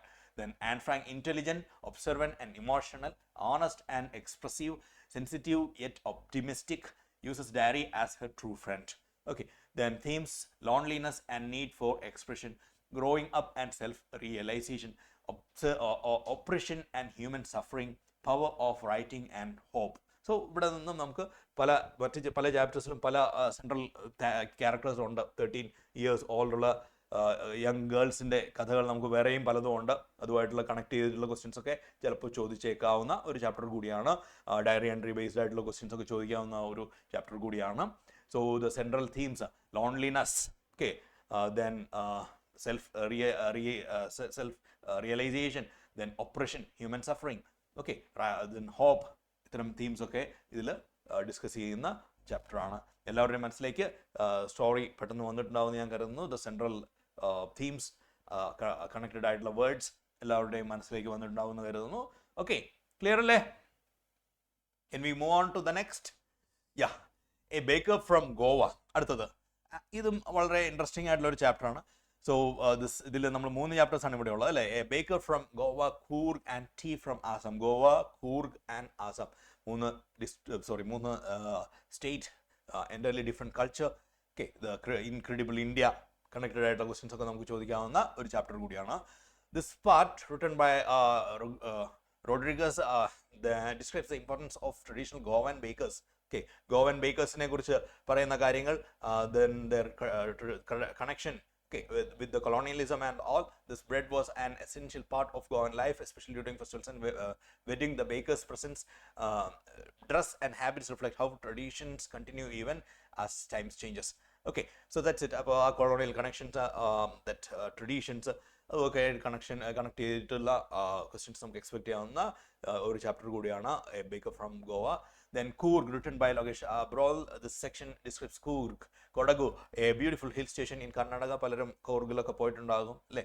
എല്ലാവരും തന്നെ കൂർഗ് സ്കൂളിൽ നിന്നൊക്കെ എക്സ്കർഷനും സ്റ്റഡി ടൂറിനും ഒക്കെ പോയിട്ടുള്ള സ്ഥലമാണെന്ന് ഞാൻ കരുതുന്നു. Fine. So you have experienced it. ഈ ചാപ്റ്ററിൽ പറയുന്നത് പലരും നിങ്ങൾ അവിടെ പോയി അനുഭവിച്ചിട്ടുള്ളതാണെന്ന് ഞാൻ കരുതുന്നു. It's known for it's coffee plantation, rain forest, wild life and Brave people who serve in the Indian army. The author highlights Coorg's natural beauty, culture and adventurous activities. കൂർഗിനെ കുറിച്ച് വളരെ വിശദമായിട്ട് തന്നെ നമ്മുടെ മുന്നിൽ അവതരിപ്പിക്കുന്ന കൂർഗിൻ്റെ ചരിത്രവും പശ്ചാത്തലവും, ഓക്കെ, കുടകുമല, ഓക്കെ, അവിടുത്തെ ട്രഡീഷണലി അവർ വളരെ ധീരരായ മനുഷ്യരാണ്. ഓക്കെ, പല ചരിത്ര അതീതകാലം മുതൽ തന്നെ യുദ്ധത്തിൽ പങ്കെടുത്തിട്ടുള്ള കഥ അവരുടെ നാടുകളിൽ നിന്ന് നമ്മൾ കേട്ടിട്ടുണ്ട്. നമ്മുടെ സംസ്കാരവും കേരളത്തിൻ്റെ സംസ്കാരവുമായിട്ട് വളരെ ചേർന്ന് നിൽക്കുന്ന പല കഥകളും അവരുടെ നാട്ടിൽ നിന്നുണ്ട്. Okay, then tea from Assam. In this part, Arub Kumar Datta, two friends, Rajiv and Pranjal, travel to Assam, which is famous for tea plantation. Rajveer shares interesting facts about tea, while Pranjal is less interested. The story explains the history, growth, and population of tea in India, the diversity. Okay, ഭാരതത്തിൻ്റെ നമ്മുടെ രാജ്യത്തിൻ്റെ ആ diversity, this in its വ്യത്യസ്തത, in geographical diversity, okay, cultural diversity, അതിനെക്കുറിച്ച് വളരെ detailed ആയിട്ട് deal ചെയ്യുന്ന ഒരു ചാപ്റ്റർ കൂടിയാണ്. Now, the character sketch, the baker, traditional and hardworking, respected figure in Goan society, symbol of Portuguese culture, themes, tradition and culture, importance of community, customs. Okay, so this some of the important themes, traditional and traditional culture, importance of community, customs. Then the symbol of Portuguese culture. Okay, so that's somewhat connected to the colonial period and era. Okay, this all these things. Hope it's clear? Fine. Then Coorg, people of Coorg, brave, disciplined, hospitable, proud of their culture and heritage, themes unity in diversity, natural beauty and bravery, cultural pride. Assam, Pranjal, casual and knowledgeable, proud of his homeland. Then Rajveer, curious and enthusiastic, loves learning new facts. Then the themes, curiosity and knowledge, India's cultural richness. Okay. So some of the important points that you should remember related to this chapter. Hope it's clear to you all. So this central characters, the Pranjalne kuറിച്ച് അദ്ദേഹത്തിന്റെ character, it's casual and knowledgeable, proud of his homeland. That's Pranjal. Then Rajveer is curious and enthusiastic, loves learning new facts. Then another very very important chapter, പലപ്പോഴും higher order type questions നമുക്ക് കിട്ടുന്ന ഒരു chapter ആണ്. എന്തുകൊണ്ടെന്നാൽ this connection to wild life, like wild life അല്ലെങ്കിൽ ഒരു wild animal, keeping a wild animal as a pet, അതൊക്കെ ഇതിലുണ്ട്. Mijibel, the author by Gavin Maxwell, describes the author's experience of keeping an otter named Mijibel as a pet. Mijibel is playful, intelligent and loves water. The author faces difficulties while taking Mijibel from Iraq to England, but the otter adapts well later. The story highlights a bond between human and animals and people's ignorance about wildlife. Yes, people's ignorance about wildlife. അത് central തീമായിട്ട് വരുന്ന ചോദ്യങ്ങൾ പലപ്പോഴും ഈ ചാപ്റ്ററിൽ നിന്ന് നമുക്ക് 3 മാർക്കിൻ്റെ ഒക്കെ ചോദ്യം ചോദിക്കാറുണ്ട്. Okay, so this how is this Mijibel connected with the life of the author? Okay, this how did he react, and the ignorance of the common men about this creature. Okay, അവിടെ ചെല്ലുമ്പോൾ മിജിബിൽ എന്താണെന്ന് അവിടെ നാട്ടിലുള്ള ആളുകൾക്കൊന്നും അറിയത്ത് പോലും ഇല്ല അല്ലേ? Yes, അതൊക്കെ വളരെ രസകരമായിട്ട് കഥയിൽ അവതരിപ്പിച്ചിട്ടുണ്ട്. Hope you all remember it. Is it clear to you all? Any doubts related to this chapter? Fine. Moving to the next, author's affection for Mijibel, author's intelligence and play. So the author's intelligence and playful nature, difficult journey to England, human-animal relationship, public ignorance about wildlife. So this public ignorance about wildlife is a key point to be remembered related to this chapter. അപ്പോൾ അത് picturise ചെയ്യാനായിട്ട് എഴുത്തുകാരൻ ഉപയോഗിച്ചിരിക്കുന്ന കാര്യങ്ങളൊക്കെ ഓർമ്മയിലുണ്ടല്ലോ അല്ലേ? ഇത് like the people were not aware about otter at all. Otter എന്താണെന്ന് അവിടെയുള്ളവർക്ക് അറിയില്ലായിരുന്നു അല്ലേ? അദ്ദേഹം അവിടെ ഈ ഒരു ആനിമലിനെ കൊണ്ടുപോകുന്ന സമയത്തുള്ള എക്സ്പീരിയൻസ് ഒക്കെ പറയുന്നുണ്ട്. Fine. Then the central character, the most important character, that's Mijibel, is playful, intelligent and curious, forms deep emotional bond with the author, learns habits quickly. Then the author, loving and patient, observant and affectionate. Then the main themes, man-animal relationship, love and companionship, adaptability of animals. Then another important questions, and adaptability of animals. Okay, ഈ ചാപ്റ്ററുമായിട്ട് related adaptability of animals ചോദിക്കാം, അതുമായിട്ട് related ആയിട്ടുള്ള questions ചോദിക്കാവുന്ന ഒരു ചാപ്റ്ററാണ്. One question I may answer now. What's your doubt? Sriram. Yeah, Sriram, what's your doubt? Don't worry, you just pass your question to the shadow teacher. I'll surely answer your question. Okay, yeah. Good evening, sir. Yeah, good evening, very good evening, my dear. Yeah, fine, tell me. Yes, sir. When I was practicing some odds questions, I got a question like, what nature associated with otters only? Like, one question was there.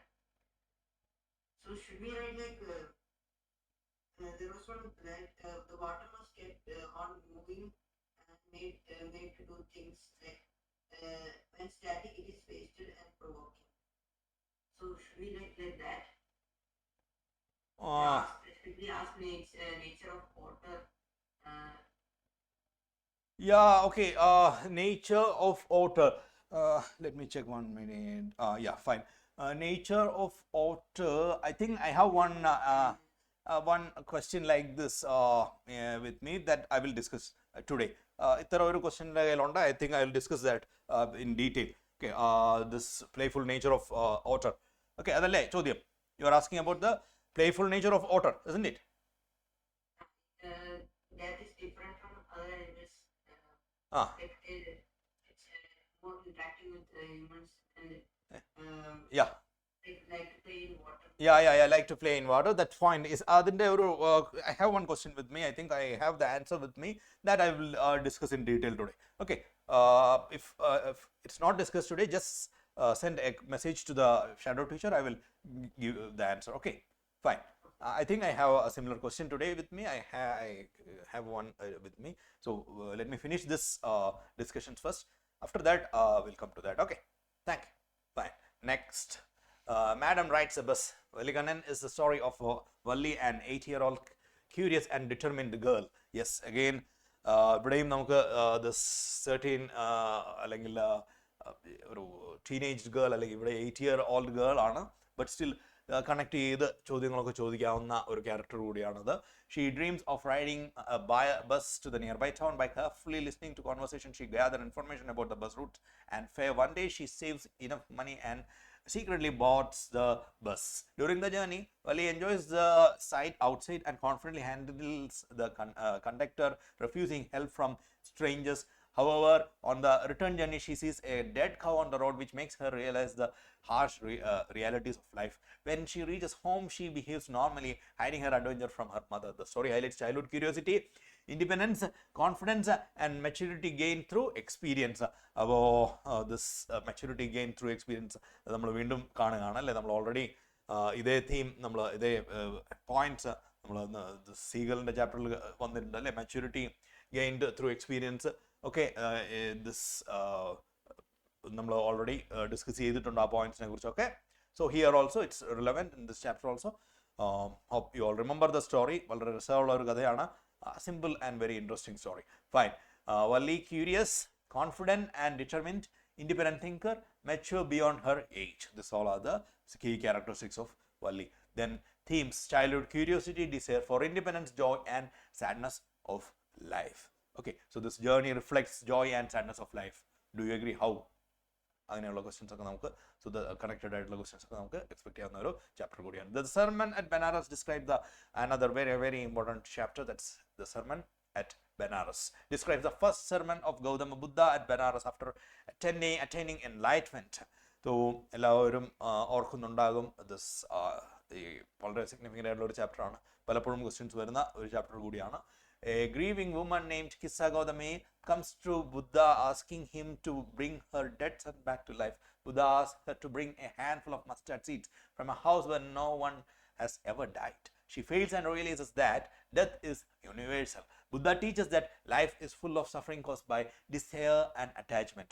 Only by giving up desire can one overcome sorrow. The lesson conveys the truth of impermanence of life and the path of peace through acceptance. Path of peace through acceptance, impermanence of life and the path to peace through acceptance.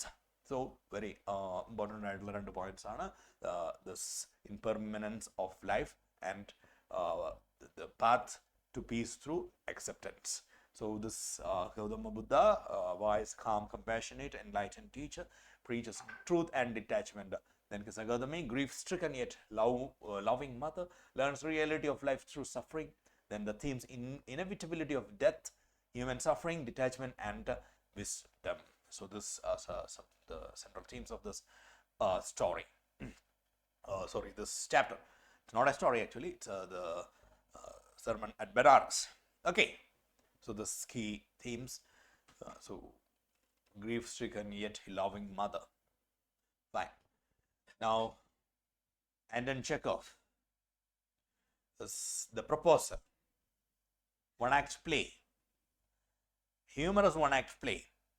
It revolves around Ivan Lomov, a nervous landowner who visits his neighbor Chubukov to propose marriage to his daughter Natalia. However, instead of proposing, Lomov and Natalia start arguing over the ownership of Oxen Meadows.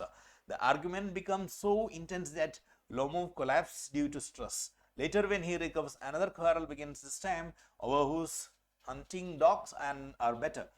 Lomov again falls unconscious, fearing his death. Natalia finally agrees to marry him. Even after their engagement, the couple continues arguing. The play satirizes materialism, selfishness, and marriage without love, showing how people prioritize property and pride over relationships. So this is a very interesting story, and one of the last chapter, last 3 monthസിനുള്ളിൽ നിങ്ങൾ പഠിച്ചിരിക്കുന്ന ചാപ്റ്റേഴ്സിലൊന്നാണ് അല്ലേ ഇത്. കഴിഞ്ഞ 2 മാസം 3 മാസത്തിനുള്ളിൽ പഠിച്ചിരിക്കുന്ന ചാപ്റ്ററാണ്. നിങ്ങൾക്ക് പെട്ടെന്ന് ഓർമ്മയിലുള്ള കഥയാണ്. And it's written by Anton Chekhov, one of the greatest story writers of all time. Okay, അപ്പോൾ വളരെ പ്രധാനപ്പെട്ട ഒരു ചാപ്റ്റർ കൂടിയാണ് the proposal. It's a one act play ആണ്, ഏകാംഗ നാടകം, വൺ ആക്ട് പ്ലേ ആണ്. So this central characters and their character traits. Okay, this Chubukov, Lomov, and Natalia. So remember all this. This key themes includes marriage based on property, not love. Lomov's nervous nature, constant arguments and comedy, satire on upper class society. So it's also acts, also mocks on the relationships in the high class of the society. Yeah, fine. Then Ian Lomov, nervous, materialistic, and hypochondriac. Then values property over relationships. Natalia, this argumentative and possessive, greedy and short-tempered. Chibukov, manipulative and practical, supports marriage for personal gain. So this 3 characters, നമുക്ക് കഥയിലും പ്രധാനമായിട്ട് നമ്മുടെ 3 കഥാപാത്രം, ലോമോവ്, Natalia and Chibukov. Then the themes, marriage as a business deal. Yeah, so this in the postmodern era, its relationships are just based on this material benefits. It's not the warmth of the connection or the warmth of this relationship, but the material benefits what matters. So that's one of the central theme of the story, marriage as a business deal. Greed and materialism, comedy through exaggeration. So some exaggerated points are there. Okay, so those arguments based on very silly topics, and both of them argues even after their marriage also, isn't it? So this some comedy through exaggeration is there. Ivan Lomov is a wealthy but extremely nervous landowner. He suffers from palpitations, trembling, and fits due to stress. He comes to propose marriage not out of love but for practical reasons like security and property. Lomov is argumentative, stubborn, and obsessed with his land and status. His weak health and comical behavior add humor to the play. So this a brief character sketch of Lomov. Then Natalia is strong-willed, argumentative, and materialistic. She is eager to marry but becomes aggressive when Lomov mentions oxen meadows. She is emotional and dominating and argues fiercely over property and dogs. Though she wants marriage, her action shows that pride and property matter more to her than love. Okay, so that's about Natalia. Then Chubukov is Natalia's father and a greedy, manipulative landowner. He pretends to be friendly but quickly turns rude and abusive during arguments. He encourages marriage for financial gains, not emotional bonding. His dramatic mood swings and hypocrisy makes him a comic figure. So these are the 3 central characters. So the key points, please remember these points. Hope it's clear to you all. Fine. Yeah, so it's a short break time. So this major topic ആണ് നമ്മൾ cover ചെയ്തിരിക്കുന്നത്. 12 marks plus 6 marks plus 5 marks നമുക്ക് ഈ ടോപ്പിക്സിൽ നിന്ന് നമ്മൾ expect ചെയ്യുന്നുണ്ട് അല്ലേ? ശരിയല്ലേ? Ya, how to tackle the questions എന്നുള്ളത് നമ്മൾ ഒന്നുകൂടെ നമ്മൾ ഡീറ്റെയിൽ ആയിട്ട് ഡിസ്കസ് ചെയ്യും. സോ ദിസ് ബേസിക് ഇത്രയും നമുക്ക് ഉണ്ടായിരിക്കണം. എല്ലാവർക്കും ഇത്രയും കാര്യങ്ങൾ ക്ലിയർ ആയിട്ടുണ്ടല്ലോ? ഇത് വെച്ചാണ് നമ്മൾ ഇനി ആൻസേഴ്സ് ഡെവലപ്പ് ചെയ്യാൻ പോകുന്നത് അല്ലേ? Fine. So keep all this things with you. Now we'll go for a short break for 10 minutes. we'll back with the remaining discussions. Okay. Makley, welcome back. So please turn your videos on. Yeah, thank you. Yes, എല്ലാവരും video ഒന്ന് on ചെയ്തേ. എല്ലാവരും തിരിച്ചെത്തിയില്ലേ? Yes, the time for the break is over. Please come back. Yeah, fine. അപ്പോൾ നമുക്ക് ഇനി കുറച്ചുകൂടെ ഒന്ന് സ്പീഡിൽ പോവാം അല്ലേ? അല്ലെങ്കിൽ നമ്മുടെ കാര്യങ്ങൾ മുഴുവൻ തീർക്കാൻ പറ്റില്ല നമുക്ക്. സോ നമുക്ക് കുറച്ചുകൂടെ ഒന്ന് വേഗത്തിൽ പോകാം. നിങ്ങളുടെ ഡൗട്ട്സ് എല്ലാം നിങ്ങൾ തീർച്ചയായും share to your shadow teachers. I will reach you. I will respond to your answers. Okay, fine. So നമുക്ക് നമ്മുടെ ഒരു ടെക്സ്റ്റ് മാത്രമേ നമുക്ക് ഇതുവരെ തീർക്കാൻ പറ്റുള്ളൂ. നമുക്ക് അടുത്ത ടെക്സ്റ്റ് ഉണ്ട്, അതിലെ മുഴുവൻ ചാപ്റ്റേഴ്സ് ഉണ്ട്, അതിനെക്കുറിച്ച് ഡിസ്കസ് ചെയ്യാനുണ്ട്. നമുക്ക് ആദ്യം അതിലേക്ക് കടക്കാം. Triumph of surgery. യെസ്, നമുക്ക് ഇവിടെയുള്ള chapters. Yes, the first one, Triumph of Surgery, is a humorous story by James Herriot. It's about Tricky, a pet dog who became seriously ill because of overfeeding and lack of exercise. His mistress, Mrs. Pumbury, spoils him with rich food, sweets and unnecessary comforts. Yes. So parenting സ്റ്റൈലിനെ കുറിച്ചൊക്കെയുള്ള ചോദ്യങ്ങൾ നമുക്ക് നേരത്തെ ആദ്യത്തെ ചാപ്റ്ററിൽ നമ്മൾ കണ്ടിരുന്നത് ഒരു ബേർഡിന്റെ കഥ അല്ലേ, സീഗളിനെ കുറിച്ച്, അവിടുത്തെ പാരന്റിങ്, അവിടുത്തെ സ്റ്റൈല്. ഇവിടെ മറ്റൊരു തരം പാരന്റിങ്ങിനെ കുറിച്ച് നമുക്ക് പറയാം അല്ലേ. ഇവിടെ this unnecessary pampering, okay, this overfeeding and lack of exercise, അതൊക്കെ his mistress this spoils him with rich food, sweets and unnecessary comforts. Okay, so this is one point. അപ്പോൾ നമുക്ക് അങ്ങനെയുള്ള ഇവിടെയും ഒരു പാരന്റിങ് സ്റ്റൈലിനെ കുറിച്ചുള്ള ദിസ് ക്രിയേറ്റീവ് ആയിട്ടുള്ള അല്ലെങ്കിൽ ഒരു അല്പം ക്രിട്ടിസൈസ് ചെയ്തുകൊണ്ടുള്ള ഒരു ക്വസ്റ്റ്യൻസ് ഒക്കെ നമുക്ക് എക്സ്പെക്ട് ചെയ്യാം. ഇവിടെ doctor ഹെറിയറ്റ് takes Tricky to his surgery where he is kept on a strict diet and given regular exercise along with other dogs. Gradually, Tricky recovers and becomes healthy and active again. Mrs.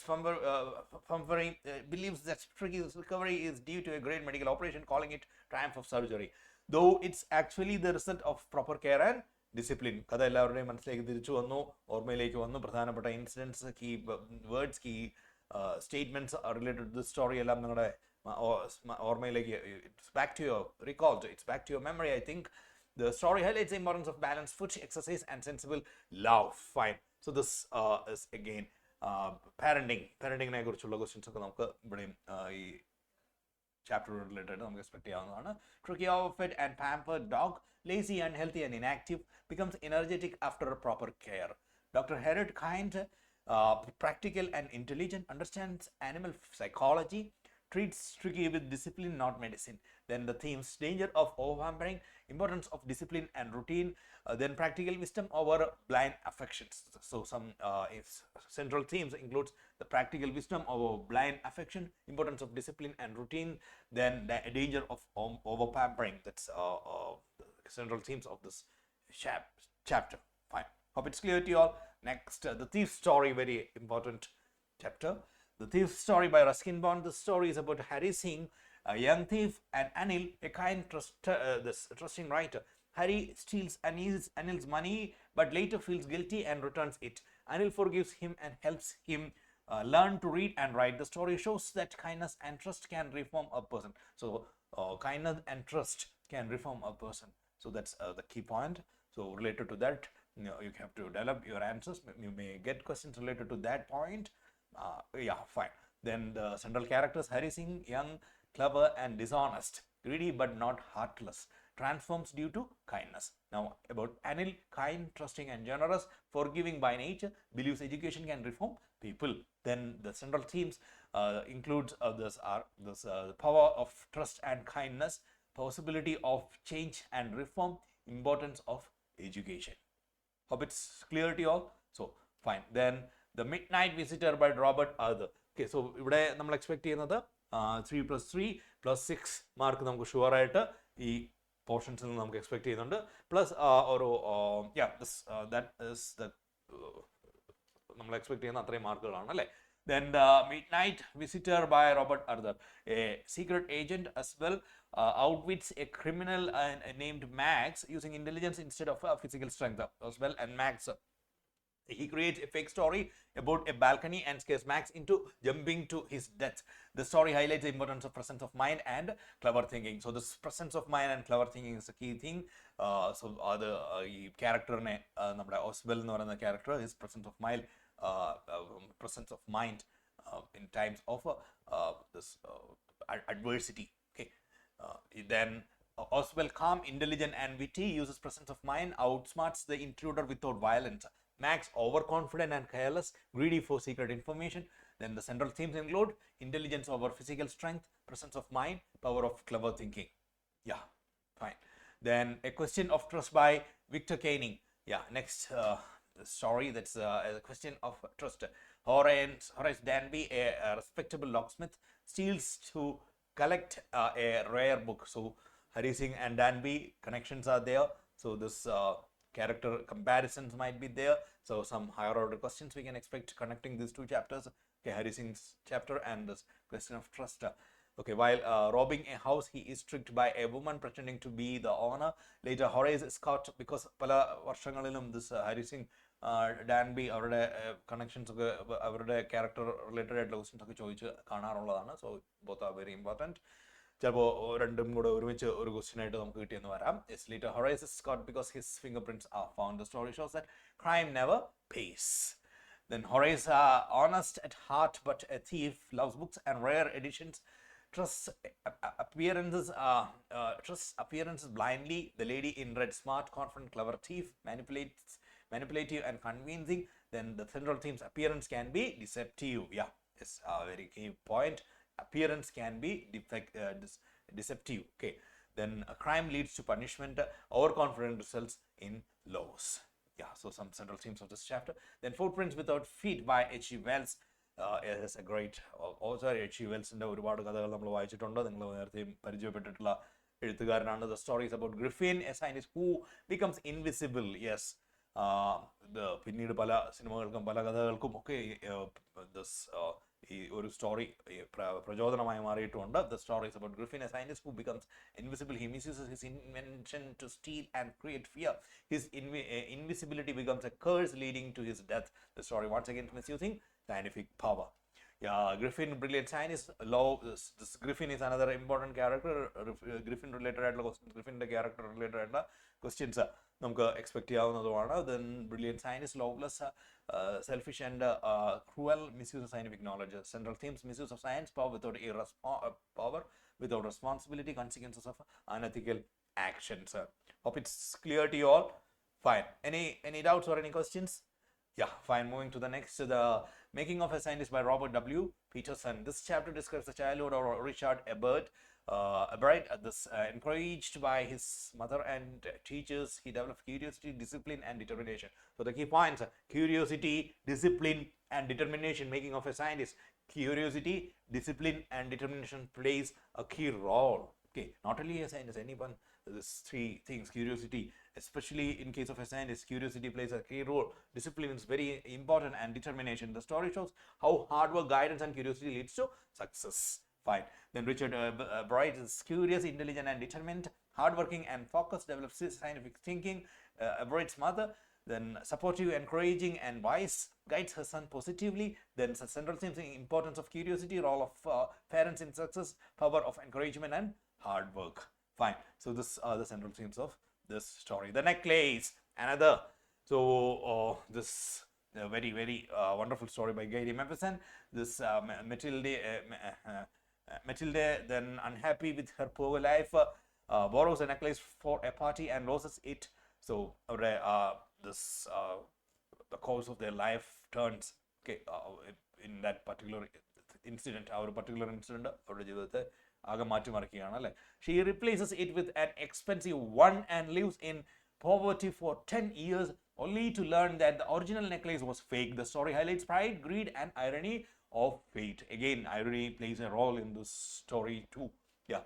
So this main character, Matilda, this beautiful but discontented is one key word about this character, about the character trait of Matilda. That's she's discontented, then materialistic and proud. Then hope you all understand all these words. You all can have these words as your part of your vocabulary. You can use it in your answer sheets. Then learns harsh lesson of life. Then her husband, this is simple, loving, and supportive sacrifices for his wife. Then the central themes include illusion versus reality, then pride and materialism, consequences of dishonesty. So this all are the central themes of this story. So hope you'll remember the wonderful story. This necklace, then Horace Danby's character, then Hari Singh. Okay, frequently questions വരാറുള്ള ചാപ്റ്ററുകളാണ്. So remember to go through this chapter one more time. Then Boli, K. Abbas, this Boli is a shy, stammering girl neglected by her family. Education gives her confidence and self-respect. She refuses to marry a greedy man who insults her. The story shows the power of education and self-confidence. Fine. Boliയുടെ കഥ എല്ലാവർക്കും ഓർമ്മയുണ്ടാവുമെന്ന് കരുതുന്നു. Yeah, fine. Then this shy and neglected girl then gains confidence through education, courageous and self-respecting. This turns to courageous and self-respecting young lady. Then Boli's teachers, kind, patient, and encouraging, then changed Boli's life. Then the central themes: power of education, woman empowerment, self-respect, and courage. So this woman empowerment related, the role of education in empowering women is a key point related to this chapter. Fine. The book that saved the earth, the very important. സാധാരണ നമുക്കൊരു question കിട്ടാറുണ്ട് ഈ ചാപ്റ്ററിൽ നിന്നും. The book that save the earth by Claire Boiko. His humorous play shows how a book of nursery rhymes saves earth from machine invasion. The machines misunderstood the book and believe earth is powerful. The story highlights the importance of books, intelligence, and humor. Fine. Then the character, Ting Tang. This overconfident and foolish, misinterpret simple things, represents blind authority. Yes, represents blind authority. Then the next is Noril, slightly intelligent but submissive. Then the central theme, danger of overconfidence, importance of books and knowledge, satire on blind power. It's as interpret the story as a satire on blind power. Okay, so hope you all are capable of doing that too. So these all are the chapters. നമ്മുടെ ടെക്സ്റ്റിലെ പ്രോസ് part നമ്മൾ cover ചെയ്ത് കഴിഞ്ഞു അല്ലേ? എല്ലാ പ്രോസ് ചാപ്റ്റേഴ്സും നമ്മൾ cover ചെയ്ത് കഴിഞ്ഞു. Clear അല്ലേ? നമുക്കൊരു ഒരു സാമ്പിൾ ക്വസ്റ്റ്യൻ പേപ്പർ ഒന്ന് പെട്ടെന്ന് നോക്കിയിട്ട് ദെൻ ദ ഗ്രാമർ പോർഷൻസ് നമുക്ക് കവർ ചെയ്യേണ്ടത് ഇതെല്ലാമാണ്. Determiners are there, tenses,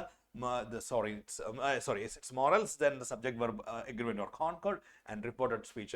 1, 2, 3, 4, 5. Okay, this 5 are 2 mark വീതം ഈ ഓരോന്നിനും നമ്മൾ എക്സ്പെക്ട് ചെയ്യുന്നുണ്ട്. ദാറ്റ്സ് സംടൈംസ് 3 മാർക്കിൻ്റെ ഒക്കെ 3 മാർക്കായിട്ട് വരാം. ടെൻസിൻ്റെതോ മോഡൽസിന് 2 മാർക്കാണ് നമ്മൾ എക്സ്പെക്ട് ചെയ്യുന്നത്. കോൺകോർഡിന് 3 മാർക്ക് ചിലപ്പോൾ എക്സ്പെക്ട് ചെയ്യാം. Then reported speech 1 or 2 marks. So that's the way നമ്മൾ എക്സ്പെക്ട് ചെയ്യുന്നത് അങ്ങനെയാണ്.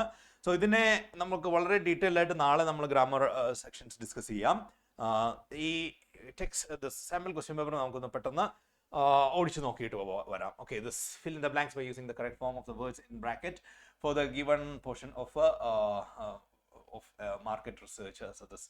സോ നമ്മൾ കൂടുതൽ എക്സ്പെക്ട് ചെയ്യുന്നത് it's not like simple grammar questions. This life like situations തന്നുകൊണ്ടുള്ള questions ആയിരിക്കും നമുക്ക് ഗ്രാമർ പാർട്ടിൽ കൂടി. We are expecting such questions. Okay, that's a common thing. Okay, the special subscription of newspaper are well dashed to make reading interesting for school students. Yeah, give me the answer for this question. Who will? Yeah, fine. Is there any doubt? Yeah. Yeah, Pratin, are you ready to give me the answer for this question?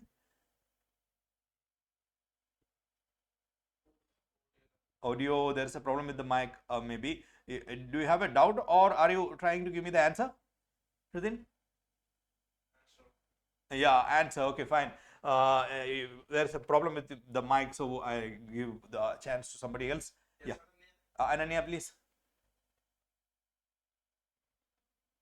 Sir? Yeah. Are well illustrated. Yeah, illustrated. Which, what is it? What is actually? ഇത് എന്താണ്? This shows like special subscription of newspapers are well illustrated. So they are talking about the I don't know, maybe the painting inside the newspaper, which were in the past tense, so it's illustrated. Okay, it's not actually past tense. You said the correct answer, but it is not past tense. Are well illustrated is present, but it is passive form. Okay. Okay. It's actually it's passive, not this past tense. Okay, clear, fine. Okay, sometimes passive ന്റെ ഒരു question ഒക്കെ നമുക്ക് ചിലപ്പോൾ കിട്ടും ഒരു മാർക്കിന്റെ ഒക്കെ, but it's like grammar question. It's like ടെൻസിന്റെ ഒരു ക്വസ്റ്റ്യൻ ആയിട്ട് നമുക്ക് കണ്ടാലും മതി അല്ലേ. പ്രസന്റ് ടെൻസ് ആണ് അവിടെ വരുന്നത്. Special subscriptions of news papers are well illustrated. Okay, that's a passive form ആണ് അവിടെ ഉപയോഗിക്കുന്നത് to make reading interesting for school students. Okay, fine, very good. Then moving to the next, identify the error and write the correction in the given sentence from a life skill book. Yeah, so similar this life skill books അല്ലെങ്കിൽ some ബിൽസിൻ്റെയോ അങ്ങനെയുള്ള some സബ്സ്ക്രിപ്ഷൻസിൻ്റെയോ online സബ്സ്ക്രിപ്ഷൻസിൻ്റെയോ ഒക്കെ രീതിയിലുള്ള life like questions നമുക്ക് expect ചെയ്യാൻ പറ്റും. അപ്പോൾ അതിൽ വരുന്ന സംടൈംസ് നമ്മൾ ദിസ് ഇവൻ നമ്മുടെ ലൈഫിൽ നമ്മൾ പോപ്പപ്സിലായിട്ട് വരുന്നതിൽ ചിലപ്പോൾ ഇത്തരം ഗ്രമാറ്റിക്കൽ മിസ്റ്റേക്സ് ഉണ്ടാവും. അത്തരം ക്വസ്റ്റ്യൻസ് നമുക്ക് കാണാറുണ്ട്. ഓക്കെ, നമ്മുടെ ക്വസ്റ്റ്യൻ പേപ്പറിൽ കാണാറുണ്ട്. So this like in our when we are browsing, we may find some pop-ups, so there might be some grammatical mistakes in that too. Okay, such questions are also such questions can be expected. Fine. So this ഇവിടെ തന്നിരിക്കുന്നത് life skill books ആണ്. അപ്പോൾ അതിൽ എററും കറക്ഷനും ആണ് ചോദിച്ചത്. The route to success is not the bed of roses. Who will give me the answer for this? Yeah, yes, Sarah. Yeah, please. Sarah. The road to success is not a bed of roses. Yes, fine, of course. It's not the bed of roses. A bed of roses is the correct answer. So this is determiners or this article. Yes, fine. Fill in the blanks with the correct form of the verb given in the bracket. I am so happy to see my plants again. They dash so much since I last saw them. Yeah. Yes, Leon. Yeah, Dion പറഞ്ഞോളൂ. Tell me, how will you identify the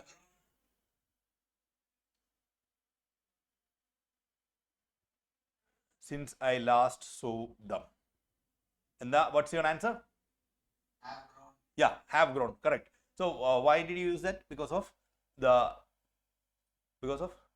എന്തുകൊണ്ടാ ഉപയോഗിച്ചത്? Why did you use have grown? Fine, very good. Okay.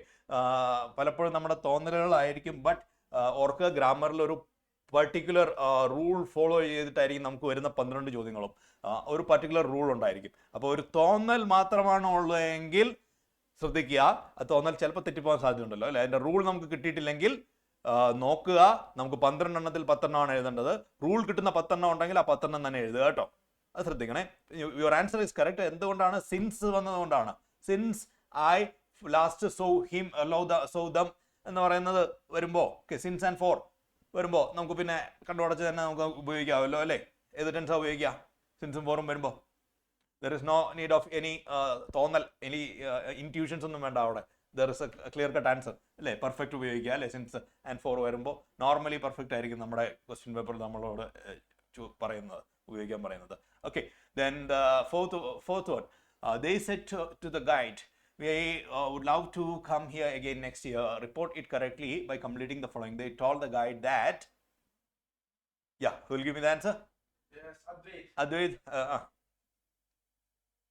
They told the guy that they will also come here the following year. Can you please repeat the answer one more time? That they told the guy that they will also come here, they will also come there again the following year. yeah, here should be changed, and they would love to come there, to go there the following year. Fine, good. Yeah, is it clear to you all? So the passive form. We will discuss about reported speech. We will discuss about reported speech in detail in tomorrow's session. Reported സ്പീച്ചിനെ കുറിച്ച് വളരെ detail ആയിട്ട് നമ്മൾ അടുത്ത സെഷനിൽ, നാളത്തെ സെഷനിൽ വളരെ ഡീറ്റെയിൽ ആയിട്ട് നമുക്ക് പോകാം കേട്ടോ. Fine, hope it's clear to all. എല്ലാവർക്കും അറിയാമല്ലോ അല്ലേ. ഒന്ന് നമുക്ക് അതിൻ്റെ ബേസിക് തൊട്ടുള്ള കാര്യങ്ങളെല്ലാം നമുക്ക് നാളത്തെ ദിവസം ഡിസ്കസ് ചെയ്യാം കൂടുതലായിട്ട്. Fine, then fifth one, fill in the blanks by choosing the correct option. Complete from letter of placing order. Okay, so again ഒരു application type question തന്നെയാണ് അല്ലേ, ഒരു റിയൽ ലൈഫ് സിറ്റുവേഷൻ ആണ്. Yes, give me the answer. Who is? Yes, and Mary. Yeah, Anne Mary, please.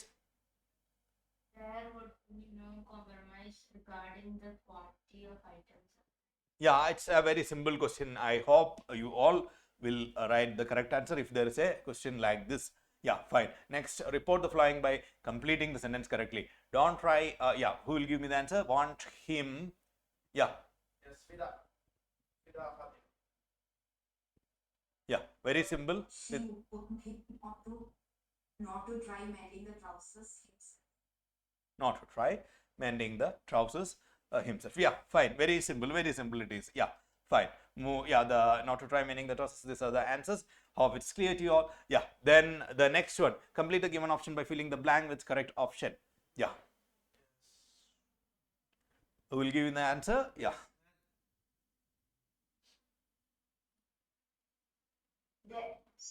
Yeah. The experience of watching the movie left me feeling grateful. Feeling grateful of knowing the importance of being empathetic to others. Yes. Fine. Any doubts? Anybody?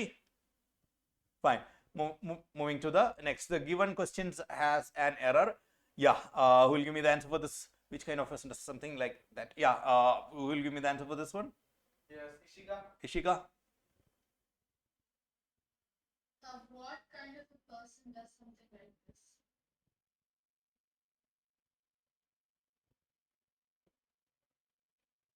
What kind of a person? What kind of person does something like that?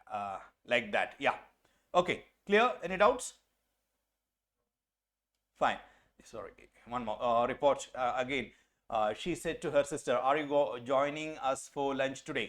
Yeah. Will give me the answer for the 11th question. Sorry, 9th question. It's 9th question. Yeah. Even. Yeah, give me the answer. Very simple question it is. And I hope you all know the answer. Yeah, you please try. She told her sister if she was joining them for lunch that day. She asked her sister. Yeah, fine. That's wrong. It's not told. Don't make that mistake. Okay. ഇതാണ് ഞാൻ പറഞ്ഞത്.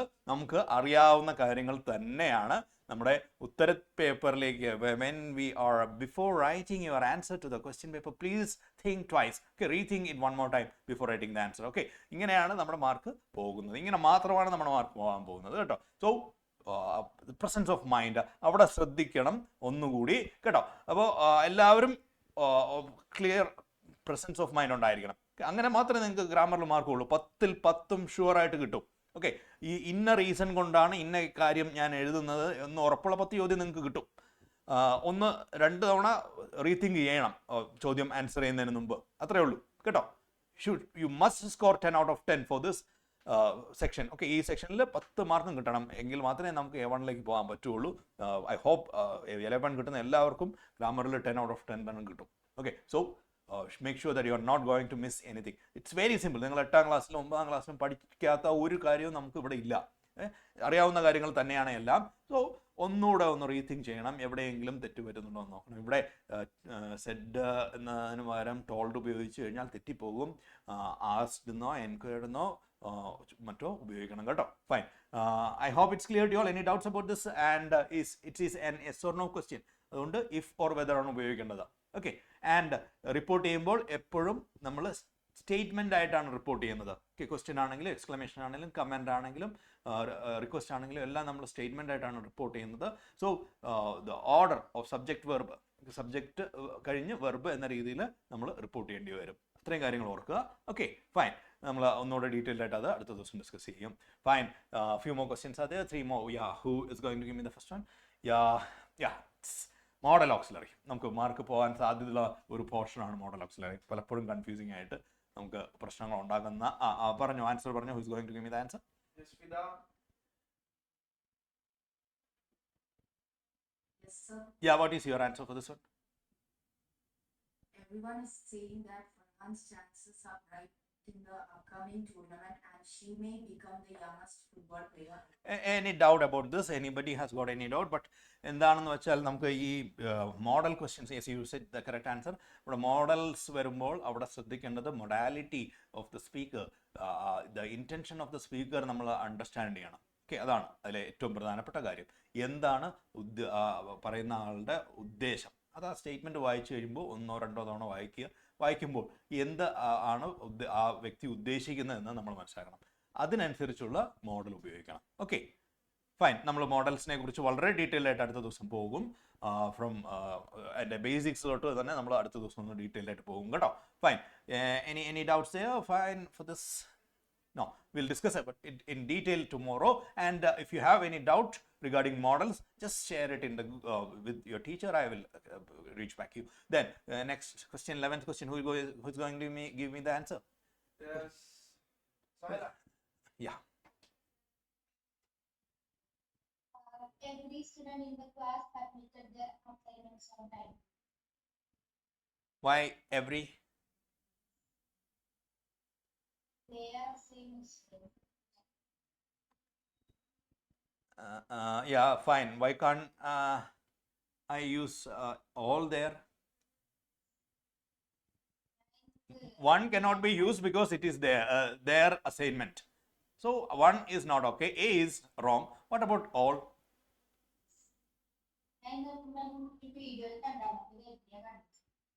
എന്താ ഒന്നുകൂടെ പറയോ? Can you please repeat it one more time? Okay. എന്തുകൊണ്ട് all ഉപയോഗിക്കാൻ പറ്റില്ല എന്ന് കൂടെ പറയാം.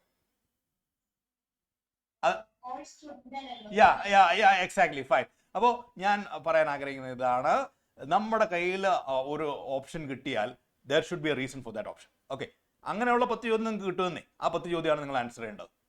ക്ലിയർ ആയോ? ഓൾ ഉപയോഗിക്കാൻ പറ്റില്ല because it is student. Okay, one ഉപയോഗിക്കാൻ പറ്റില്ല, there. Every is only one option there. Okay, clearly A cannot be used. Their assignment.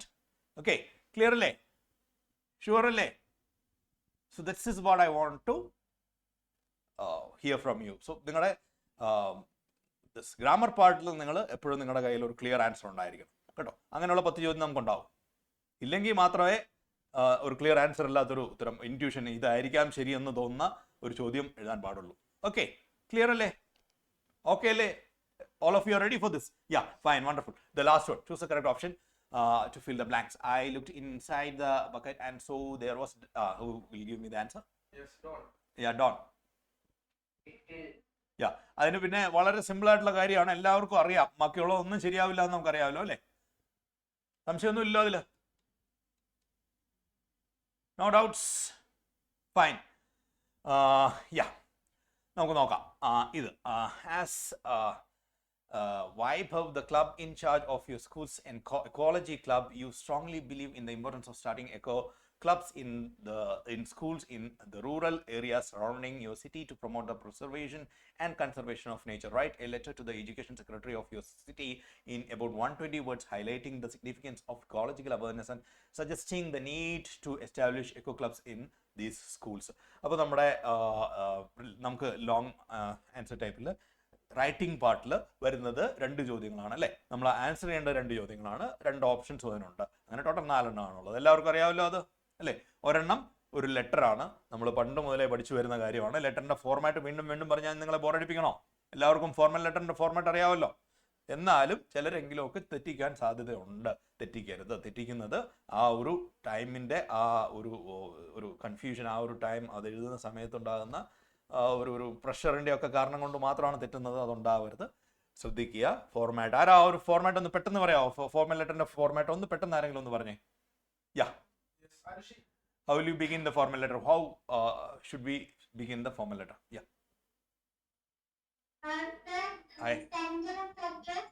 Yeah, sender's address, full address, name should not be there. Full address of the sender should be there on the top. You most probably you'll get it from the question paper. If it is not there, you can write your any address, not your any address. Okay, fine. Sender's address should be there on the top. Then Receiver's address. Date, sender's address, then date, expanded format. It will knock 10 January 2026. 15 February 2026.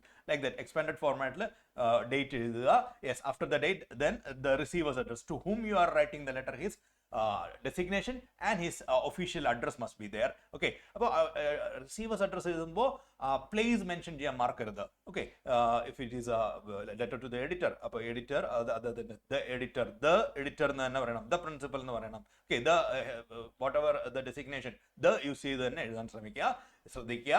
Then അത് കഴിഞ്ഞ് അടുത്തതായിട്ട് വരുന്നത് what is the next? Yes, this if it is a newspaper, that daily's name should be there, then the place must be there. Okay, that's about the receiver's address. Clear alle?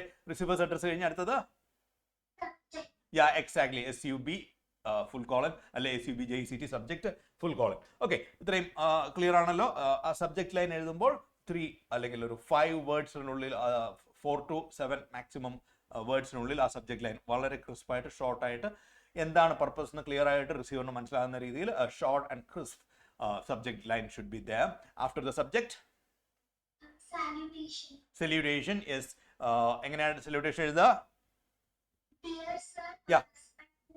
Respected sir is not needed. Dear sir is the prompt one, the apt one. Dear sir എന്നുള്ളതാണ് correct ആയിട്ട് use ചെയ്യുന്നത്. Respected sir നമ്മൾ എഴുതുന്നത് ടീച്ചേഴ്സിനൊക്കെ മാത്രമാണ് നമ്മൾ respected വയ്ക്കുന്നത്. Dear sir is enough. Dear sir എന്ന് വയ്ക്കുക. ഓക്കെ, ഓർ ഈവൻ സർ എന്നാണെങ്കിലും it's okay. Dear sir is the best one. Dear sir. Then the body part, body 3 to 4 paragraphs.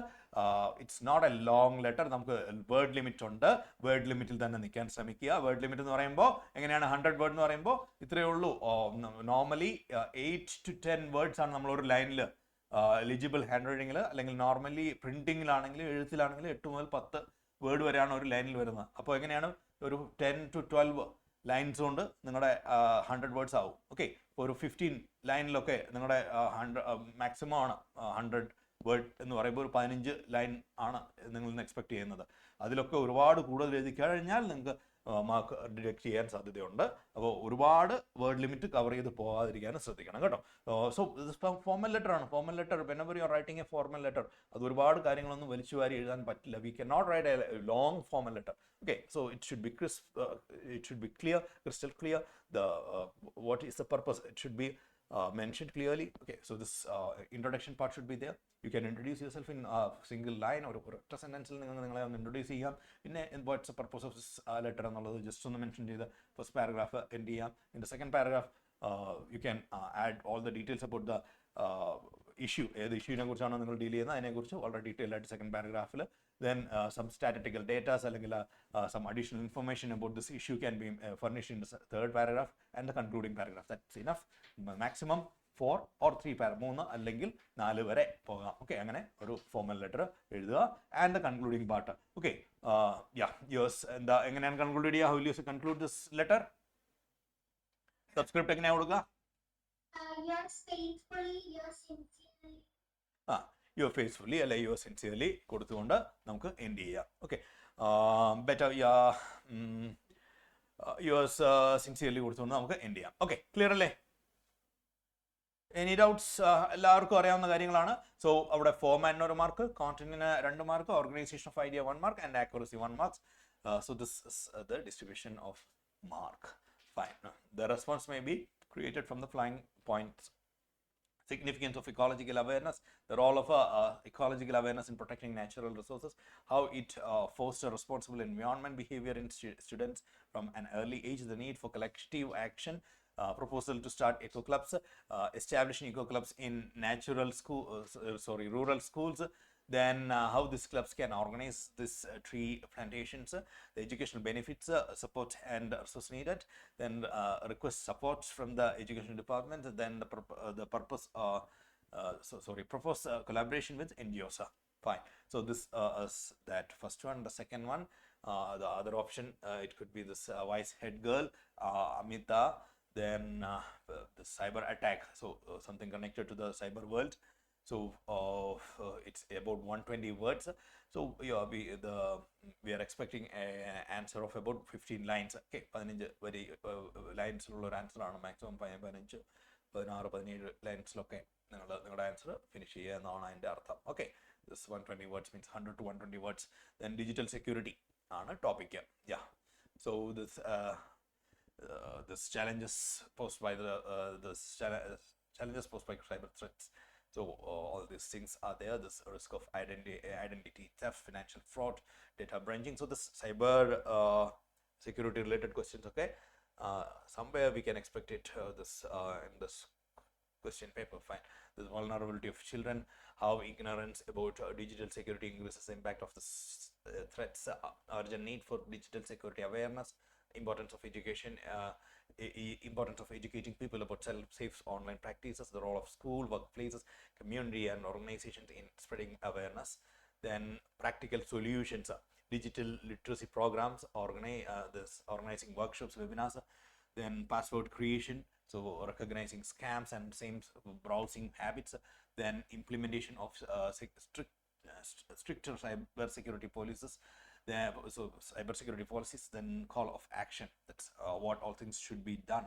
This use of the platform of the national daily to raise awareness about digital security, the need for collaborative effort between individuals, organizations, and the government to tackle this issue effectively. Yeah. Next question. You are the president of the debate society in your school. Two guest speakers. Yeah. ആദ്യത്തേത് നമുക്ക് formal letter ആണ് തരുന്നത് എങ്കിൽ രണ്ടാമത്തേത് എന്തായിരിക്കും? Most probably we have to write a analytical paragraph ആണ് അല്ലേ? ശരിയല്ലേ? അങ്ങനെയല്ലേ നിങ്ങളുടെ ഇതുവരെ നിങ്ങൾ എഴുതിയ ക്വസ്റ്റ്യൻസിലെല്ലാം വന്നിരിക്കുന്നത്? Yes or no question? Sorry. This option number, this question number 4. It's a letter. It's optional. രണ്ട് ഓപ്ഷൻസ് ഉണ്ട്. അതിൽ ഏതെങ്കിലും ഒന്ന് സെലക്ട് ചെയ്യുക. രണ്ടാമത് ഒരു അനലിറ്റിക്കൽ പാരഗ്രാഫ് ആയിരിക്കും. അപ്പോൾ അനലിറ്റിക്കൽ പാരഗ്രാഫ് അത് എഴുതുക എന്നുള്ളതാണ്. അപ്പോൾ ആരെങ്കിലും ഒന്ന് അനലിറ്റിക്കൽ പാരഗ്രാഫ് എഴുതുന്നതിൻ്റെ ഫോർമാറ്റ് പറയാമോ? Who will share this about analytical paragraph? How will you write an analytical paragraph, please? Yes, Alina. Yeah, Alina, please. Can you? What is an analytical paragraph? How will you write an? Yeah. A source will be given and we need to write from the first introduction and complete one paragraph without giving any space. Yeah, true. That's correct. Fine. And most probably we are not giving a title also, alle? Without a title, we are writing the analytical paragraph. അങ്ങനെയല്ലേ നിങ്ങൾക്ക് പറഞ്ഞു തന്നിരിക്കുന്നേ? Yes, sir. Yeah. So that's it. Most probably നമുക്കൊരു picture അല്ലെങ്കിൽ ഒരു some graphs or a pie diagram or something like that might be there, or some comparison ചെയ്യാനുള്ള രണ്ട് paragraphs ഇവിടെ തന്നിരിക്കുന്ന പോലെ രണ്ട് പാരഗ്രാഫ്സ് കമ്പയർ ചെയ്യാനായിട്ടുള്ള രണ്ട് ക്യാരക്ടേഴ്സ് കമ്പാരിസണോ അല്ലെങ്കിൽ ഒരു ഗ്രാഫ് അതിനെ ബേസ് ചെയ്തുള്ളത് പ്രിപ്പയർ ചെയ്യാനോ ഒക്കെ ആയിരിക്കും. അപ്പോൾ ഒരു സിംഗിൾ പാരഗ്രാഫിൽ and here also the core thing is the way you communicate the idea. നിങ്ങൾ എന്താണോ നിങ്ങൾ മനസ്സിലാക്കുന്നത് അത് എത്ര നന്നായിട്ട് സബ്സ്റ്റാൻഷിയേറ്റ് ചെയ്യുന്നു, എത്ര നന്നായിട്ട് പ്രസൻറ്റ് ചെയ്യുന്നു, എത്ര നന്നായിട്ട് കമ്മ്യൂണിക്കേറ്റ് ചെയ്യുന്നു എന്നാണ് പ്രശ്നം. And it's not what you communicate. നിങ്ങൾ എന്താണ് കമ്മ്യൂണിക്കേറ്റ് ചെയ്യുന്നത്, നിങ്ങൾ എന്താണോ മനസ്സിലാക്കുന്നത് അത് എത്ര നന്നായിട്ട് പ്രസൻറ്റ് ചെയ്യുന്നു, എത്ര നന്നായിട്ട് കമ്മ്യൂണിക്കേറ്റ് ചെയ്യുന്നു എന്നുള്ളതാണ് ഇവിടെ നോക്കുന്നത് കേട്ടോ. ഓക്കെ, ക്ലിയർ അല്ലേ? അങ്ങനെ തന്നെയല്ലേ? ശരിയല്ലേ? ആർക്കെങ്കിലും അതിൽ സംശയങ്ങളുണ്ടോ? അപ്പോൾ any doubts about this analytical paragraph? Yeah. Yes. ഞാൻ ഈ അനാലിറ്റിക്കൽ പാരഗ്രാഫ് എഴുതുമ്പോൾ എനിക്ക് മാർക്ക് ഡിജക്റ്റ് ആവും. അതായത് കഴിഞ്ഞ പ്രാവശ്യം my pre-board 1 I got like 3 and pre-board 2 I got like 4.5. 4.5 is good. 4.5 is good. Like another Why this 3? What happened in that case? Did you interpret anything wrong? It's not what you interpret, but how you present it. എങ്ങനെ present ചെയ്യുന്നതിലാണ് പ്രശ്നം. Interpret ചെയ്യുന്നതിൽ ആയിരിക്കില്ല. അപ്പോൾ most probably എന്താണ് 3 മാർക്കിലേക്ക് പോകാൻ കാരണം എന്താണ്? What happened that?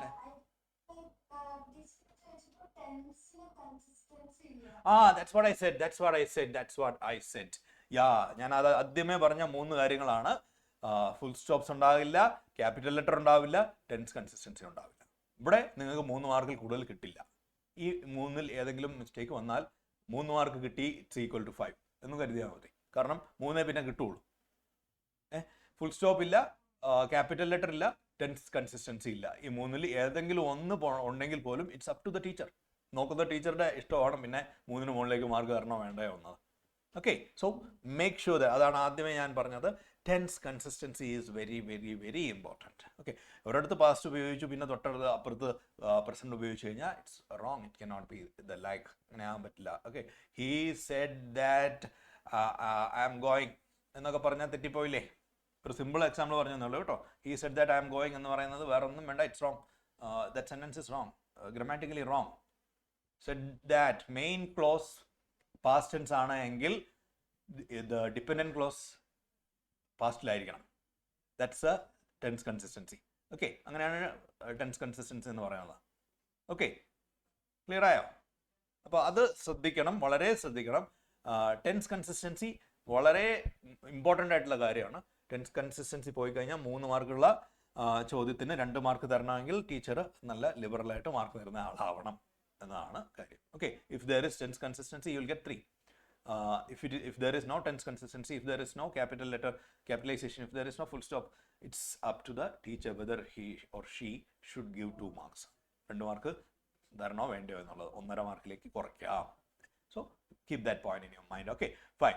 So ഇവിടെ തന്നിരിക്കുന്ന ഈ ക്വസ്റ്റ്യൻ നമുക്കൊന്ന് പെട്ടെന്ന് നോക്കിയിട്ട് വരാം. I M thrilled to express my interest in participating as a guest speaker. Okay, so this is the first excerpt. Then the second excerpt is there. It would be a privilege to participate as a guest speaker at your, that is Ms. Meena Kabu. So this is the actual question. So this you are the president of Debate Society. Now below are excerpts from the letters. So this 2 excerpts are there. So analyze the information in a paragraph justifying which guest speaker would be a better choice. അപ്പോൾ ഈ 2 റെസ്പോൺസിൽ നിന്ന് who should be the best option, ആരെയാണ് select ചെയ്യേണ്ടതെന്നുള്ളതാണ് നമ്മൾ നോക്കേണ്ടത് കേട്ടോ. Consider factors such as experience, relevance to the topic and audience engagement. അപ്പോൾ ഇവിടെ നിങ്ങൾ ആരെ സെലക്ട് ചെയ്തു എന്നുള്ളതല്ല, മറിച്ച് നിങ്ങൾ അത് എത്ര മാത്രം ഇഫക്റ്റീവായിട്ട് കമ്മ്യൂണിക്കേറ്റ് ചെയ്തു എന്നുള്ളതാണ്. നിങ്ങൾ എന്തുകൊണ്ട് ഇന്നയാളെ സെലക്ട് ചെയ്തു എന്നുള്ളതിന് നിങ്ങൾക്ക് നിങ്ങളുടേതായ ഭാഷയിൽ നിങ്ങളുടേതായ രീതിയിൽ അതിനെ പ്രസൻറ്റ് ചെയ്യാൻ സാധിക്കുകയാണെങ്കിൽ അതാണ് വേണ്ടത്. ഓക്കെ, ഇന്നയാളെ സെലക്ട് ചെയ്യുന്നതല്ല അവിടുത്തെ പ്രശ്നം. How you present your arguments. Okay, ഞാൻ ആദ്യം പറഞ്ഞതുപോലെ ഒന്നുകൂടെ റിപ്പീറ്റ് ചെയ്യുന്നു. When you write your answer there should be capitalisation, proper capitalisation മിനിമമാണ്. മറ്റ് this commas and inverted commas, അങ്ങനെ ഹൈഫൻസ്, അത്തരം ദിസ് എന്താ പങ്ക്ച്വേഷൻ മാർക്സ് നിങ്ങൾ വിട്ടുപോയാലും നോ ഇഷ്യൂസ് എന്നല്ല, try to avoid that too. But ഈ കാര്യങ്ങൾ ഒരു കാരണവശാലും വിട്ടുപോകരുത്. Capital letters, full stops and tense consistency. ഏറ്റവും കൂടുതൽ മാർക്ക് നഷ്ടപ്പെടാൻ പോകുന്നത് ഈ കാര്യങ്ങൾക്കാണ്. ഓക്കെ, നിങ്ങൾക്ക് കാര്യങ്ങൾ അറിയില്ലാത്തതുകൊണ്ടല്ല, ഇതിൽ വരുന്ന തെറ്റുകൾക്കാണ് നിങ്ങളുടെ മാർക്കുകൾ കൂടുതലായിട്ട് നിങ്ങൾക്ക് നഷ്ടപ്പെടാൻ പോകുന്നത്. നിങ്ങൾക്കെല്ലാം ഈ പറഞ്ഞ കാര്യങ്ങളെല്ലാം നമ്മൾ ഡിസ്കസ് ചെയ്ത ചാപ്റ്റേഴ്സ് എല്ലാം I hope you all know all these characters, all these things from the textbook. You are all have practiced it many times. You wrote all these answers many times in the question paper, in the answer sheets, in your model paper, in your class works and all, in your assignments and all. You have did it multiple times. Okay, you have done all these things multiple times. So you all have a very good command over the language, but when you present it, make sure that there is no tense inconsistency. Read the answer one more time. Okay, ഒരു തവണ കൂടി answer വായിച്ചു നോക്കുക. അതിൽ tense inconsistency എവിടെയെങ്കിലും വന്നിട്ടുണ്ടോ എന്ന് നോക്കുക. Full stops or capital letters വിട്ടുപോയിട്ടുണ്ടോ എന്ന് നോക്കുക. ഓക്കെ, അതിന് മാർക്ക് നഷ്ടപ്പെടാതിരിക്കാൻ വളരെയധികം ശ്രദ്ധിക്കുക. So here is this analytical പാരഗ്രാഫിൻ്റെ this mark distribution content 2 marks, organization of idea 2 marks, accuracy 1 mark. Fine, clear. Then yes, no title, analytical writing doesn't require a correct answer. All perspectives are valid as long as reasoning is strong and evidence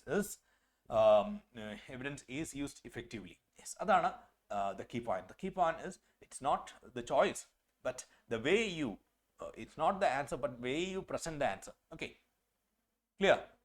Then the writer must address the strengths of their chosen candidates and contrast them with the other candidates' qualities to highlight why their choice is better in order for it to be considered an analysis. Okay, a recommended approach would be to know the specific need of the event's audience and match them with the strength of the candidates, ensuring a logical audience focused approach. ശ്രദ്ധിക്കേണ്ട ഒരു പ്രധാനപ്പെട്ട point, it's a very important point that you should note. It's the audience focused approach. Okay, clear? Fine. Now one more. So this based on the letter from Mr. Rajan Sharma and Mrs. Meera Kapoor. Mrs. Kapoor emerged as the better choice for the guest speaker at the school's debate competition. While both candidates are experienced and skilled, Ms. Kapoor's international accolades and ability to connect debate with real-world scenarios give her a distinct edge. Her focus on making debates relevant to global and social issues align well with the interests of high school students, offering them a broader perspective. Although Mr. Sharma has significant experience as a coach and speaker, his approach appears more focused on techniques rather than engaging students with relevant and inspiring real-world examples. Moreover, Mrs. Kapoor emphasizes on personal growth and through debating resonates with the developmental needs of students. Her global exposure and relatability make her the ideal speaker to inspire and connect with the audience effectively. Yeah, hope it's clear. Any doubts about that? So the other option, you can write it like this. Okay, based on the letter from Mr. Rajan Sharma and Miss Meena Kapoor, Mr. Rajan emerged as a better choice for the guest speaker at the school's debate competition. With over 10 years of experience as a debate coach and public speaker, Mr. Sharma brings unmatching expertise in nurturing critical thinking and fostering a passion for debating among students. His track record of guiding students to success in national level competition demonstrates his ability to deliver practical insight and techniques that directly contribute to debate performance. While Ms. Kapoor's global exposure and focus on real world relevance are commendable, Mr. Sharma's hands-on experience in coaching students and making them competition ready seems more aligned with the goal of the debate society.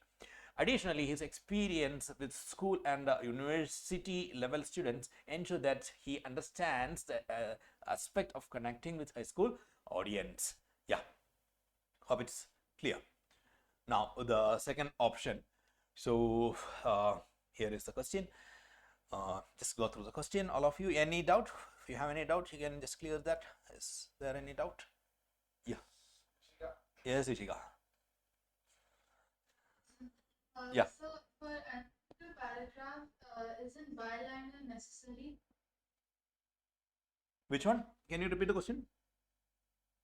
For analytical paragraph, isn't byliner necessary, like by XYZ? Byline for analytical paragraph. Not a must. Not at all a must. For Because, maybe depending on the question. അത് അതിന് title കൊടുക്കുന്നതും byline കൊടുക്കുന്നതും that depends on the question. എല്ലാ ക്വസ്റ്റ്യനും അത് ആവശ്യമില്ല. Sometimes അത്ര ഒരു ക്വസ്റ്റ്യൻ ആണെങ്കിൽ ചിലപ്പോൾ ആവശ്യമായിരിക്കാം. But still I think it's not a must. What is the question? No, I saw like from the previous sample papers and like from my textbooks and according to my teachers and everyone, they said the title and then below that byline. Yeah. So in the byline, what are you going to write? Your name, the person who is. There's no name by XYZ because usually they don't give names, right? So we just write by XYZ. Even for Yeah. Fine. But this analytical paragraph normally, the most of the teachers says that there is no need of a title, and that's a practice. There is no need of a title and byline for this analytical paragraph. And depending on the question, sometimes other question base either, sometimes you may write it. You have to write it in some particular question. Some cases, but still other must alla, that's not a must. Okay, this title and it's an analytical paragraph. Normally we write this analytical paragraph without a title. Like they give the graph also, right? Graphs ഒക്കെ തരുന്നതിലാണെങ്കിൽ പോലും it's not a must to give a title and a byline. Okay, but if it's mentioned in the question paper, if it's a part of a question, you have to do that. അപ്പോൾ അത് must ആയിട്ട് ചെയ്യണം. Okay, if it is mentioned like that, okay, you write a analytical paragraph on a topic എന്നൊക്കെ പറഞ്ഞിട്ടുണ്ടെങ്കിൽ അങ്ങനെയുള്ള രീതിയിൽ ഉണ്ടെങ്കിൽ must ആയിട്ട് ചെയ്യണം. Otherwise it's not a must as per the CBSE norms. Because in my pre-board paper it wasn't mentioned, but she cut marks because we didn't put byliner and byliner, because apparently byliner contains 1 mark for that. 1 mark. Yeah. Deducted 1 mark for that. For you didn't write the this title and title. You give the title. They didn't get marks because by XYZ is a must apparently. That's why I wanted to ask for seconds. By XYZ. That's I didn't see such an instruction anywhere in this textbooks. Okay, I will cross check it one more time. Some teachers last year also I heard the similar concern from the students. കഴിഞ്ഞ വർഷവും ഇത്തരം concerns students പറയുന്നുണ്ടായിരുന്നു. I am not sure why some of them are insisting this. There is nothing like that in any of the textbook that I have gone through.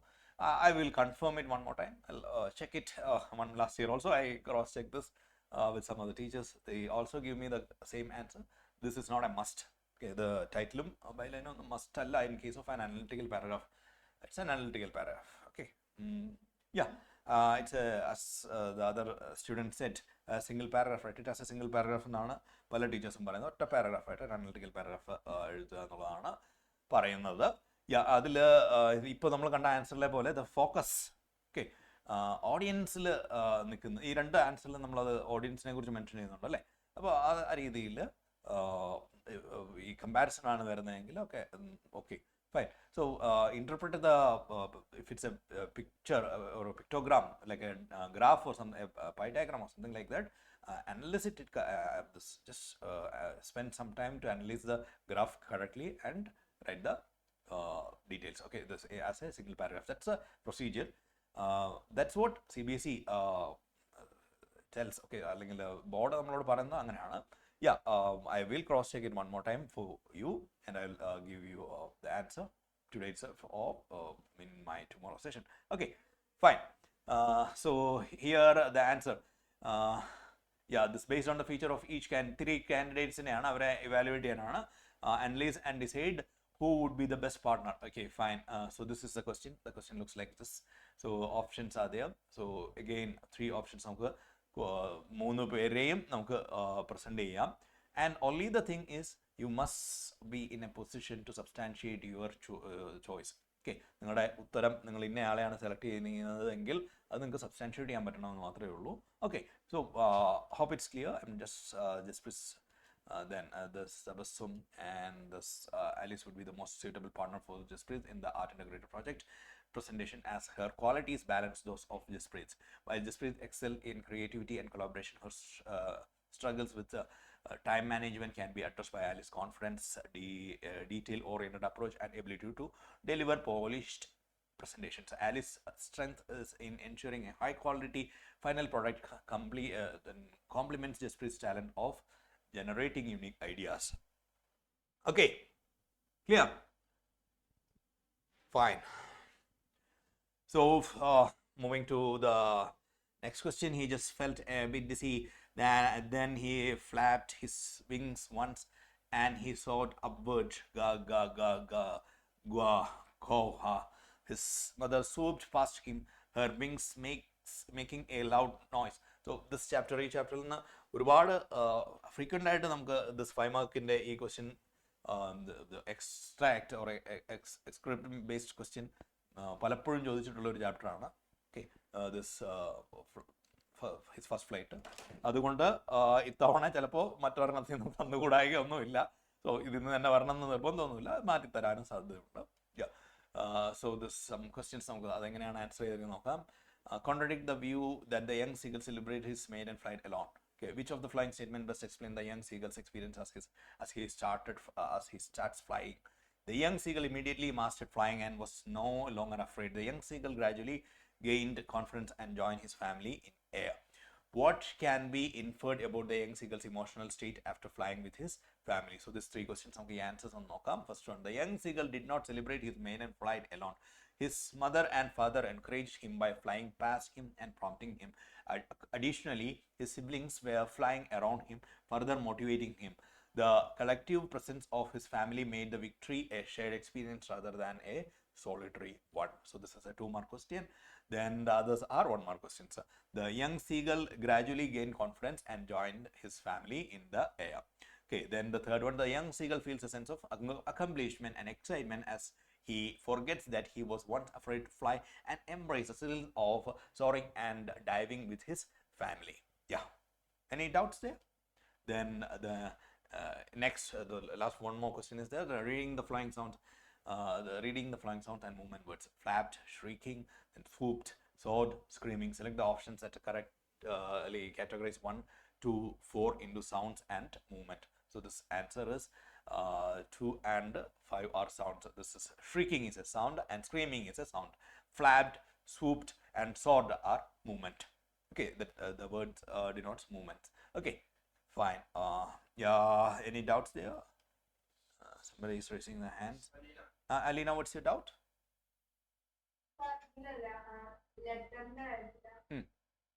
ലെറ്ററിൽ celebration ആയിട്ട് അടുത്ത line എഴുതുമ്പോ space paragraph തുടങ്ങാതോ next മാറുന്നു. അതിൻ്റെ correct format is start everything near to the margin. മാർജിനിൽ start ചെയ്യുക എന്നുള്ളതാണ്. It's the other one is the old fashion. Okay, so now we start all the paragraphs from the margin itself. Okay, even if you start from ഒരു അല്പം space കൊടുത്തിട്ട് start ചെയ്താലും കുഴപ്പമൊന്നുമില്ല. But ഇതാണ് അതിൻ്റെ ഇപ്പോഴത്തെ the modern way of writing the letters. Okay, നമ്മൾ എല്ലാ പാരഗ്രാഫ്സും മാർജിനിൽ തന്നെയാണ് തുടങ്ങുന്നത്. Okay, Smitha. Sir, my teacher told that analytical paragraph it is important. Yeah, that's what I said the previous year also. Many students came up with this doubt. My answer was the same last year also. Let me cross check it. Okay, I will check it. I will explain it one more time in the next class also. Analytical paragraph, what I feel and what I think and what all things I have read from the text and all, and the instructions that I have received from the online sources also. It's not a must. That's what I feel. That's what I think. Analytical paragraph. So this title and this byline and all, this is not a must in case of analytical paragraph. I cross-checked with the senior teachers also. They also said the same. Okay, this analytical paragraph, it's not a must to write it, but some teachers said me that it's a part of this answer. Okay, and a teachers wonder, but the system says it's not a must. Okay. Yeah, and if your teacher, നിങ്ങളുടെ ചില സ്കൂളിലെങ്കിലും teachers പറഞ്ഞിട്ടുണ്ടാവും അങ്ങനെ must അല്ല എന്ന് പറഞ്ഞിട്ടുണ്ടാവും അല്ലേ, അങ്ങനെ title വേണ്ട എന്ന് പറഞ്ഞിട്ടുള്ള ടീച്ചേഴ്സ് ഇല്ലേ സ്കൂളുകളില്ലേ? യാ, മോസ്റ്റ് ഓഫ് ദ സ്കൂളുകളിലെ ടീച്ചേഴ്സ് അങ്ങനെയാണ് പറഞ്ഞിരിക്കുന്നതാണ് ഞാൻ കരുതുന്നത്. നിങ്ങളുടെ ടീച്ചർ നിങ്ങളോട് മസ്റ്റായിട്ട് പറഞ്ഞിട്ടുണ്ടെങ്കിൽ fine, you write it. Okay, you write the title and sub byline. അത് ടൈറ്റിൽ ആൻഡ് ബൈലൈൻ എഴുതി എന്ന് പറഞ്ഞാൽ നിങ്ങൾക്ക് എന്തായാലും മാർക്ക് കുറയ്ക്കില്ല, ദാറ്റ്സ് ഷുവർ. മസ്റ്റ് അല്ല എന്നാണ് my knowledge. Previous year also I enquired, I cross checked it, the same was the answer. Okay, fine. Yeah, yes, sure. Yes. Okay, so in question answers, is it important to write the introduction of the chapter, like a small introduction? We have 3 mark questions. No, നമുക്ക് 3 മാർക്കിന്റെ ചോദ്യങ്ങളാണ്. We are writing 3 marks question. So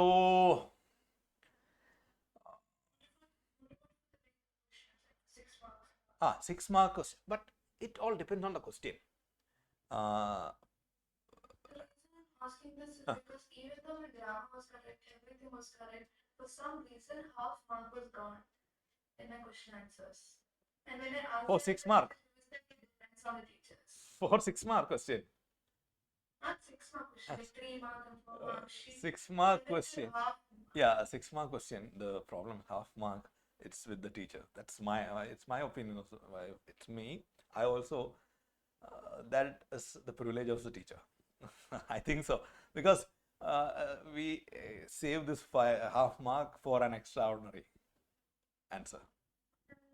Something goes Okay. beyond. See, if I'm writing the introduction, is it important to write the author's name? Yeah, if you're writing the introduction, it's better to write the author's name.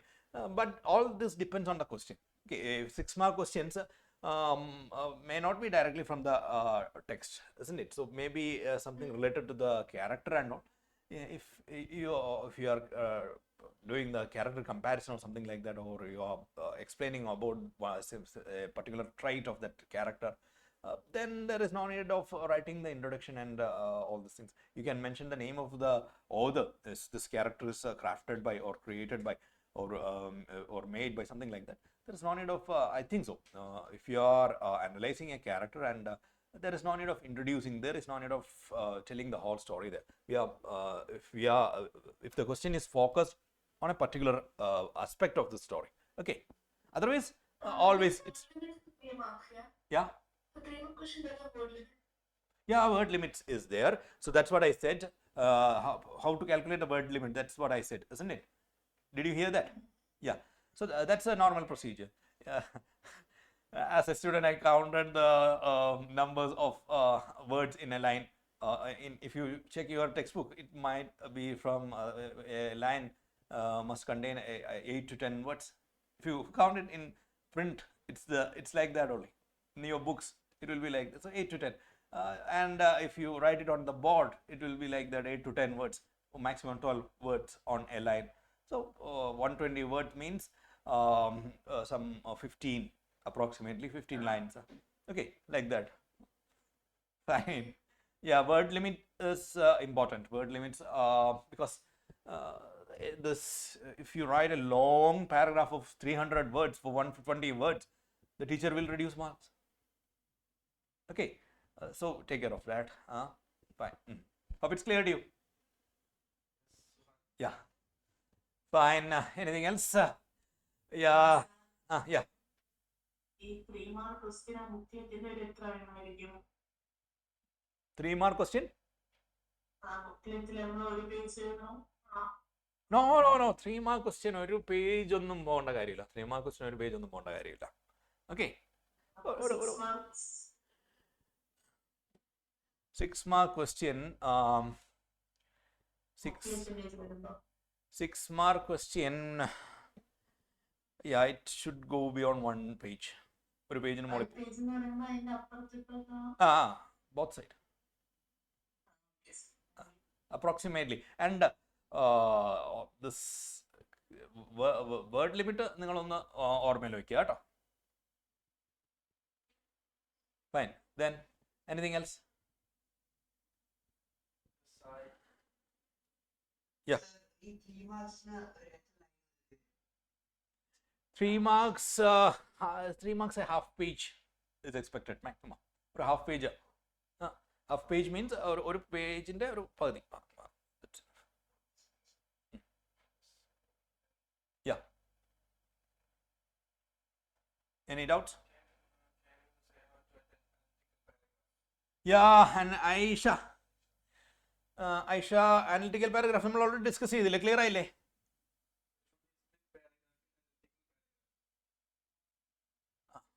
Yes, analytical paragraph എന്നാണ് ചോദ്യം തന്നെ അല്ലേ? Prepare അത് normally teachers പറയുന്നത് 1 പാരഗ്രാഫിൽ എഴുതാനാണ് പറയുന്നത്. Fine. 3 paragraphs ആയിട്ട് എഴുതുന്ന പ്രാക്ടീസ് ഉണ്ടായിരുന്നു. സോ 3 പാരഗ്രാഫിൽ എഴുതണം എന്ന് പറയുന്ന ട്രഡീഷണലി അങ്ങനെ പ്രാക്ടീസ് ചെയ്യുന്ന ടീച്ചേഴ്സും ഉണ്ട്. ഓക്കെ. സോ 1 പാരഗ്രാഫാണ് ഇപ്പോൾ പ്രിഫർ ചെയ്യുന്നത്. ഓക്കെ. ഏർലിയർ പലപ്പോഴും അങ്ങനെ 3 പാരഗ്രാഫ്സിൽ എഴുതാൻ പറയുന്നുണ്ട്. Fine.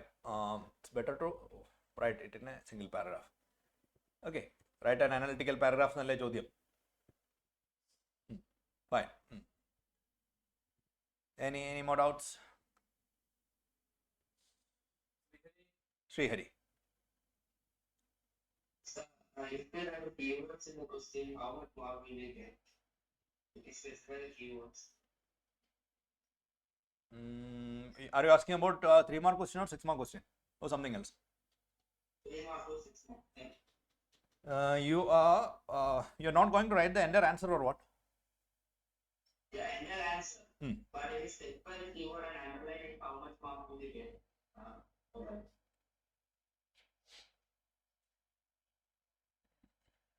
So you're going to write the whole answer and some keywords, and you're going to underline the keywords.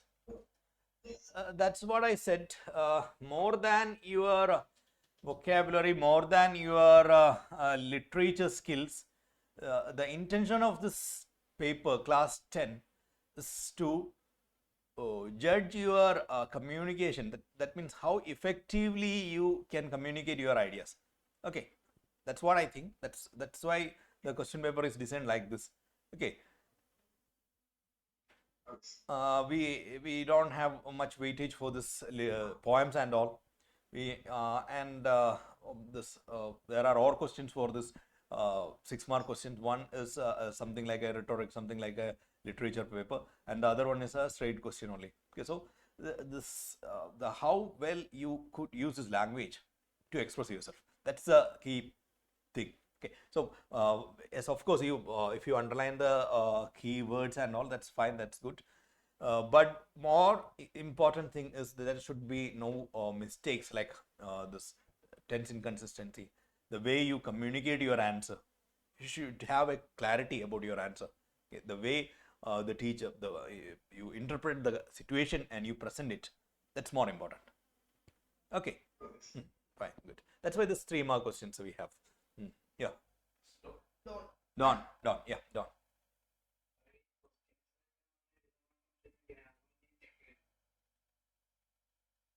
Grammar.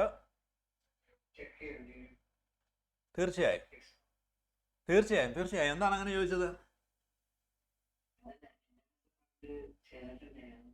അല്ല, തീർച്ചയായും ഗ്രാമർ നിങ്ങൾ 3 മാർക്കിന്റെ ചോദ്യം എഴുതുമ്പോഴുള്ള അല്ലേ ചോദിക്കുന്നത്? You are asking about 3 mark questions and 6 mark question. വേറെ അങ്ങനെ പിന്നെ ഉള്ളതൊക്കെ നമ്മുടെ 1 വേർഡ് ക്വസ്റ്റ്യൻസും ഒക്കെ അല്ലേ ഉള്ളൂ. പിന്നെ ഉള്ളത് മറ്റേ എക്സ്ട്രാക്റ്റിൽ നിന്ന് തന്നെ എടുത്തെഴുതുന്നതൊക്കെ അല്ലേ ഉള്ളൂ. 3 മാർക്ക് 3 മാർക്ക് ആൻഡ് 6 മാർക്ക്.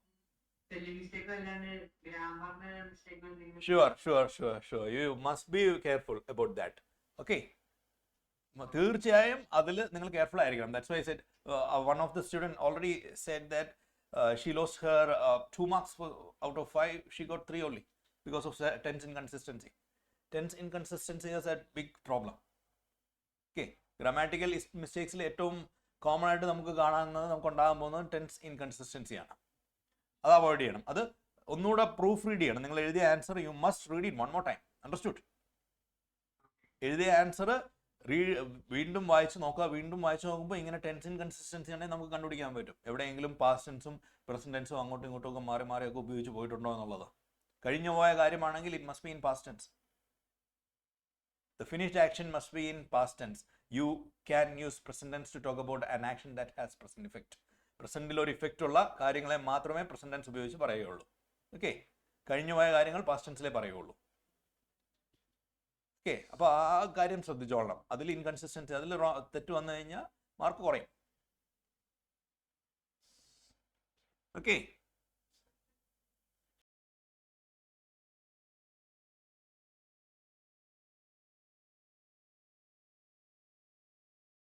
പറഞ്ഞ കാര്യങ്ങളെല്ലാം ക്ലാരിറ്റിയോടുകൂടി കിട്ടിയല്ലോ അല്ലേ? Hope you all enjoy the session. I am happy to see you all enthusiastic sitting there with smiling face, beautiful smiles I can see. Thank you for your enthusiasm. Yeah, hope you'll enjoyed it. എല്ലാവരും സന്തോഷത്തോടല്ലേ ഇരിക്കുന്നത്? Yes, please wave your hands if you're happy. Thank you very much. Thank you all. So നാളെ the same time we'll have one more session. In that I'll concentrate more on grammar section, the poems, and what all things we have left അതെല്ലാം നമ്മൾ നാളെ വളരെ detailed ആയിട്ട് ഒന്ന് പോകും. So the 50% മാർക്കിൻ്റെ പോർഷനാണ് നമ്മൾ ഇന്ന് ഡിസ്കസ് ചെയ്ത്. Now how to present it എന്നുള്ള കാര്യങ്ങൾ, ഹൗ ദിസ് ഗ്രാമർ പാർട്ട്, ഗ്രാമറിന് നമുക്ക് 10 മാർക്കാണ് ഡയറക്റ്റ് ഗ്രാമറിലുള്ളത്. ബട്ട് നമ്മുടെ എല്ലാ ചോദ്യങ്ങളിലും ഗ്രാമർ കറക്റ്റ് ആണെങ്കിൽ മാത്രമേ നമുക്ക് A1ലേക്ക് പോകാൻ പറ്റുള്ളൂ കേട്ടോ. എയിലേക്ക് വരെ എത്തിയേക്കാം, A1ലേക്ക് പോകണമെങ്കിൽ there should be no grammar mistake in our answer sheet. Okay, അപ്പോൾ അത് ശ്രദ്ധിക്കണം. ഓക്കെ, അപ്പോൾ ആ കാര്യങ്ങളെക്കുറിച്ചെല്ലാം നമ്മൾ എക്സാം പ്രിപ്പറേഷൻ്റെ ഫൈനൽ ഡേ ആണ്, ഫൈനൽ AI സെഷനാണ് നാളെ. നാളെ നമ്മളെല്ലാം ഡീറ്റെയിൽഡ് ആയിട്ട് ഗ്രാമർ പാർട്ട് എല്ലാം വളരെ ഡീറ്റെയിൽഡ് ആയിട്ട് ഒരു ബേസിക് ലെവലിൽ നിന്ന് തന്നെ നമ്മൾ മോറൽസും tenses, determiners, then concord, subject verb agreement, concord എല്ലാം നമ്മൾ ഡീറ്റെയിൽഡ് ആയിട്ട് reported speech, passive voice, then sometimes നമുക്ക് ഈ ഫ്രേസൽ വെർബ്സ് ഒക്കെ 1 മാർക്കിനൊക്കെ ചിലപ്പോൾ കയറി വരാറുണ്ട്. വലിയ ഇമ്പോർട്ടൻ്റ് ആയിട്ടുള്ള കാര്യമില്ല, കാരണം നമുക്ക് ഓപ്ഷൻ ഉണ്ട്, അറിയില്ലെങ്കിൽ വിട്ട് മറ്റുള്ള 10 എഴുതാം. എന്നാലും അതും നമ്മളൊന്ന് ഡിസ്കസ് ചെയ്ത് പോകും അത്തരം കാര്യങ്ങളെല്ലാം. Okay, hope it's clear. Any doubts for the day? If you have any doubts, please share it to the shadow teacher. I'll try to give you the answer today itself, or at least before tomorrow's session. Okay, hope it's clear to you all. Hope you all enjoyed the session. I can see the smiling faces. I'm happy to see you all here. I really enjoyed the session with you. You all are wonderful. I really expect A1 for each and every one present here. Are you all confident? Yeah, thank you. എല്ലാവരും ചിരിച്ചേ. എന്താ ഒരു മൗനം എല്ലാവർക്കും. യാ, thank U. അപ്പോൾ ഇനി ശ്രദ്ധിക്കേണ്ട ഒരൊറ്റ കാര്യം, പരീക്ഷയ്ക്ക് വളരെ കൂളായിട്ട് എഴുതാവുന്ന ഒരു പരീക്ഷയാണ് ഇംഗ്ലീഷ് പേപ്പർ. കാരണം കഴിഞ്ഞ 3-4 വർഷമായിട്ട് നമ്മൾ പഠിച്ച കാര്യങ്ങളൊക്കെ തന്നെയാണ് നമ്മൾ ടെസ്റ്റ് ചെയ്യാൻ പോകുന്നത്. പഠിക്കാത്ത ഒരു കാര്യവും നമ്മുടെ പേപ്പറിൽ ഉണ്ടാവില്ല, അറിയാൻ പാടില്ലാത്ത ഒന്നും നമ്മുടെ പേപ്പറിൽ ഉണ്ടാവില്ല. അറിയാവുന്നത് ആ നിമിഷത്തെ അശ്രദ്ധ കൊണ്ട്, ആ നിമിഷം നമുക്കത് കറക്റ്റായിട്ട് ഇൻ്റർപ്രിറ്റ് ചെയ്യാൻ പറ്റാത്തത് കൊണ്ട് മാത്രമേ നമുക്ക് മാർക്ക് പോവുകയുള്ളൂ. everyone will get 74+ out of 80. ആ ഒരു ടാർഗറ്റിലേക്ക് നമ്മൾ പോവുക. 10 മാർക്ക് ഗ്രാമറിൽ ഷുവർ, അത് കുറഞ്ഞൊരു കളിയില്ല, എല്ലാവർക്കും 10 മാർക്ക് കിട്ടണം. ഓക്കെ, അതിനുള്ള പ്രിപ്പറേഷൻ നമ്മൾ നാളെ ചെയ്യും. Hope you all enjoyed the session. I hope you all will be there tomorrow with the same enthusiasm, with the same smiles. Thank you. Have a nice day. Good night.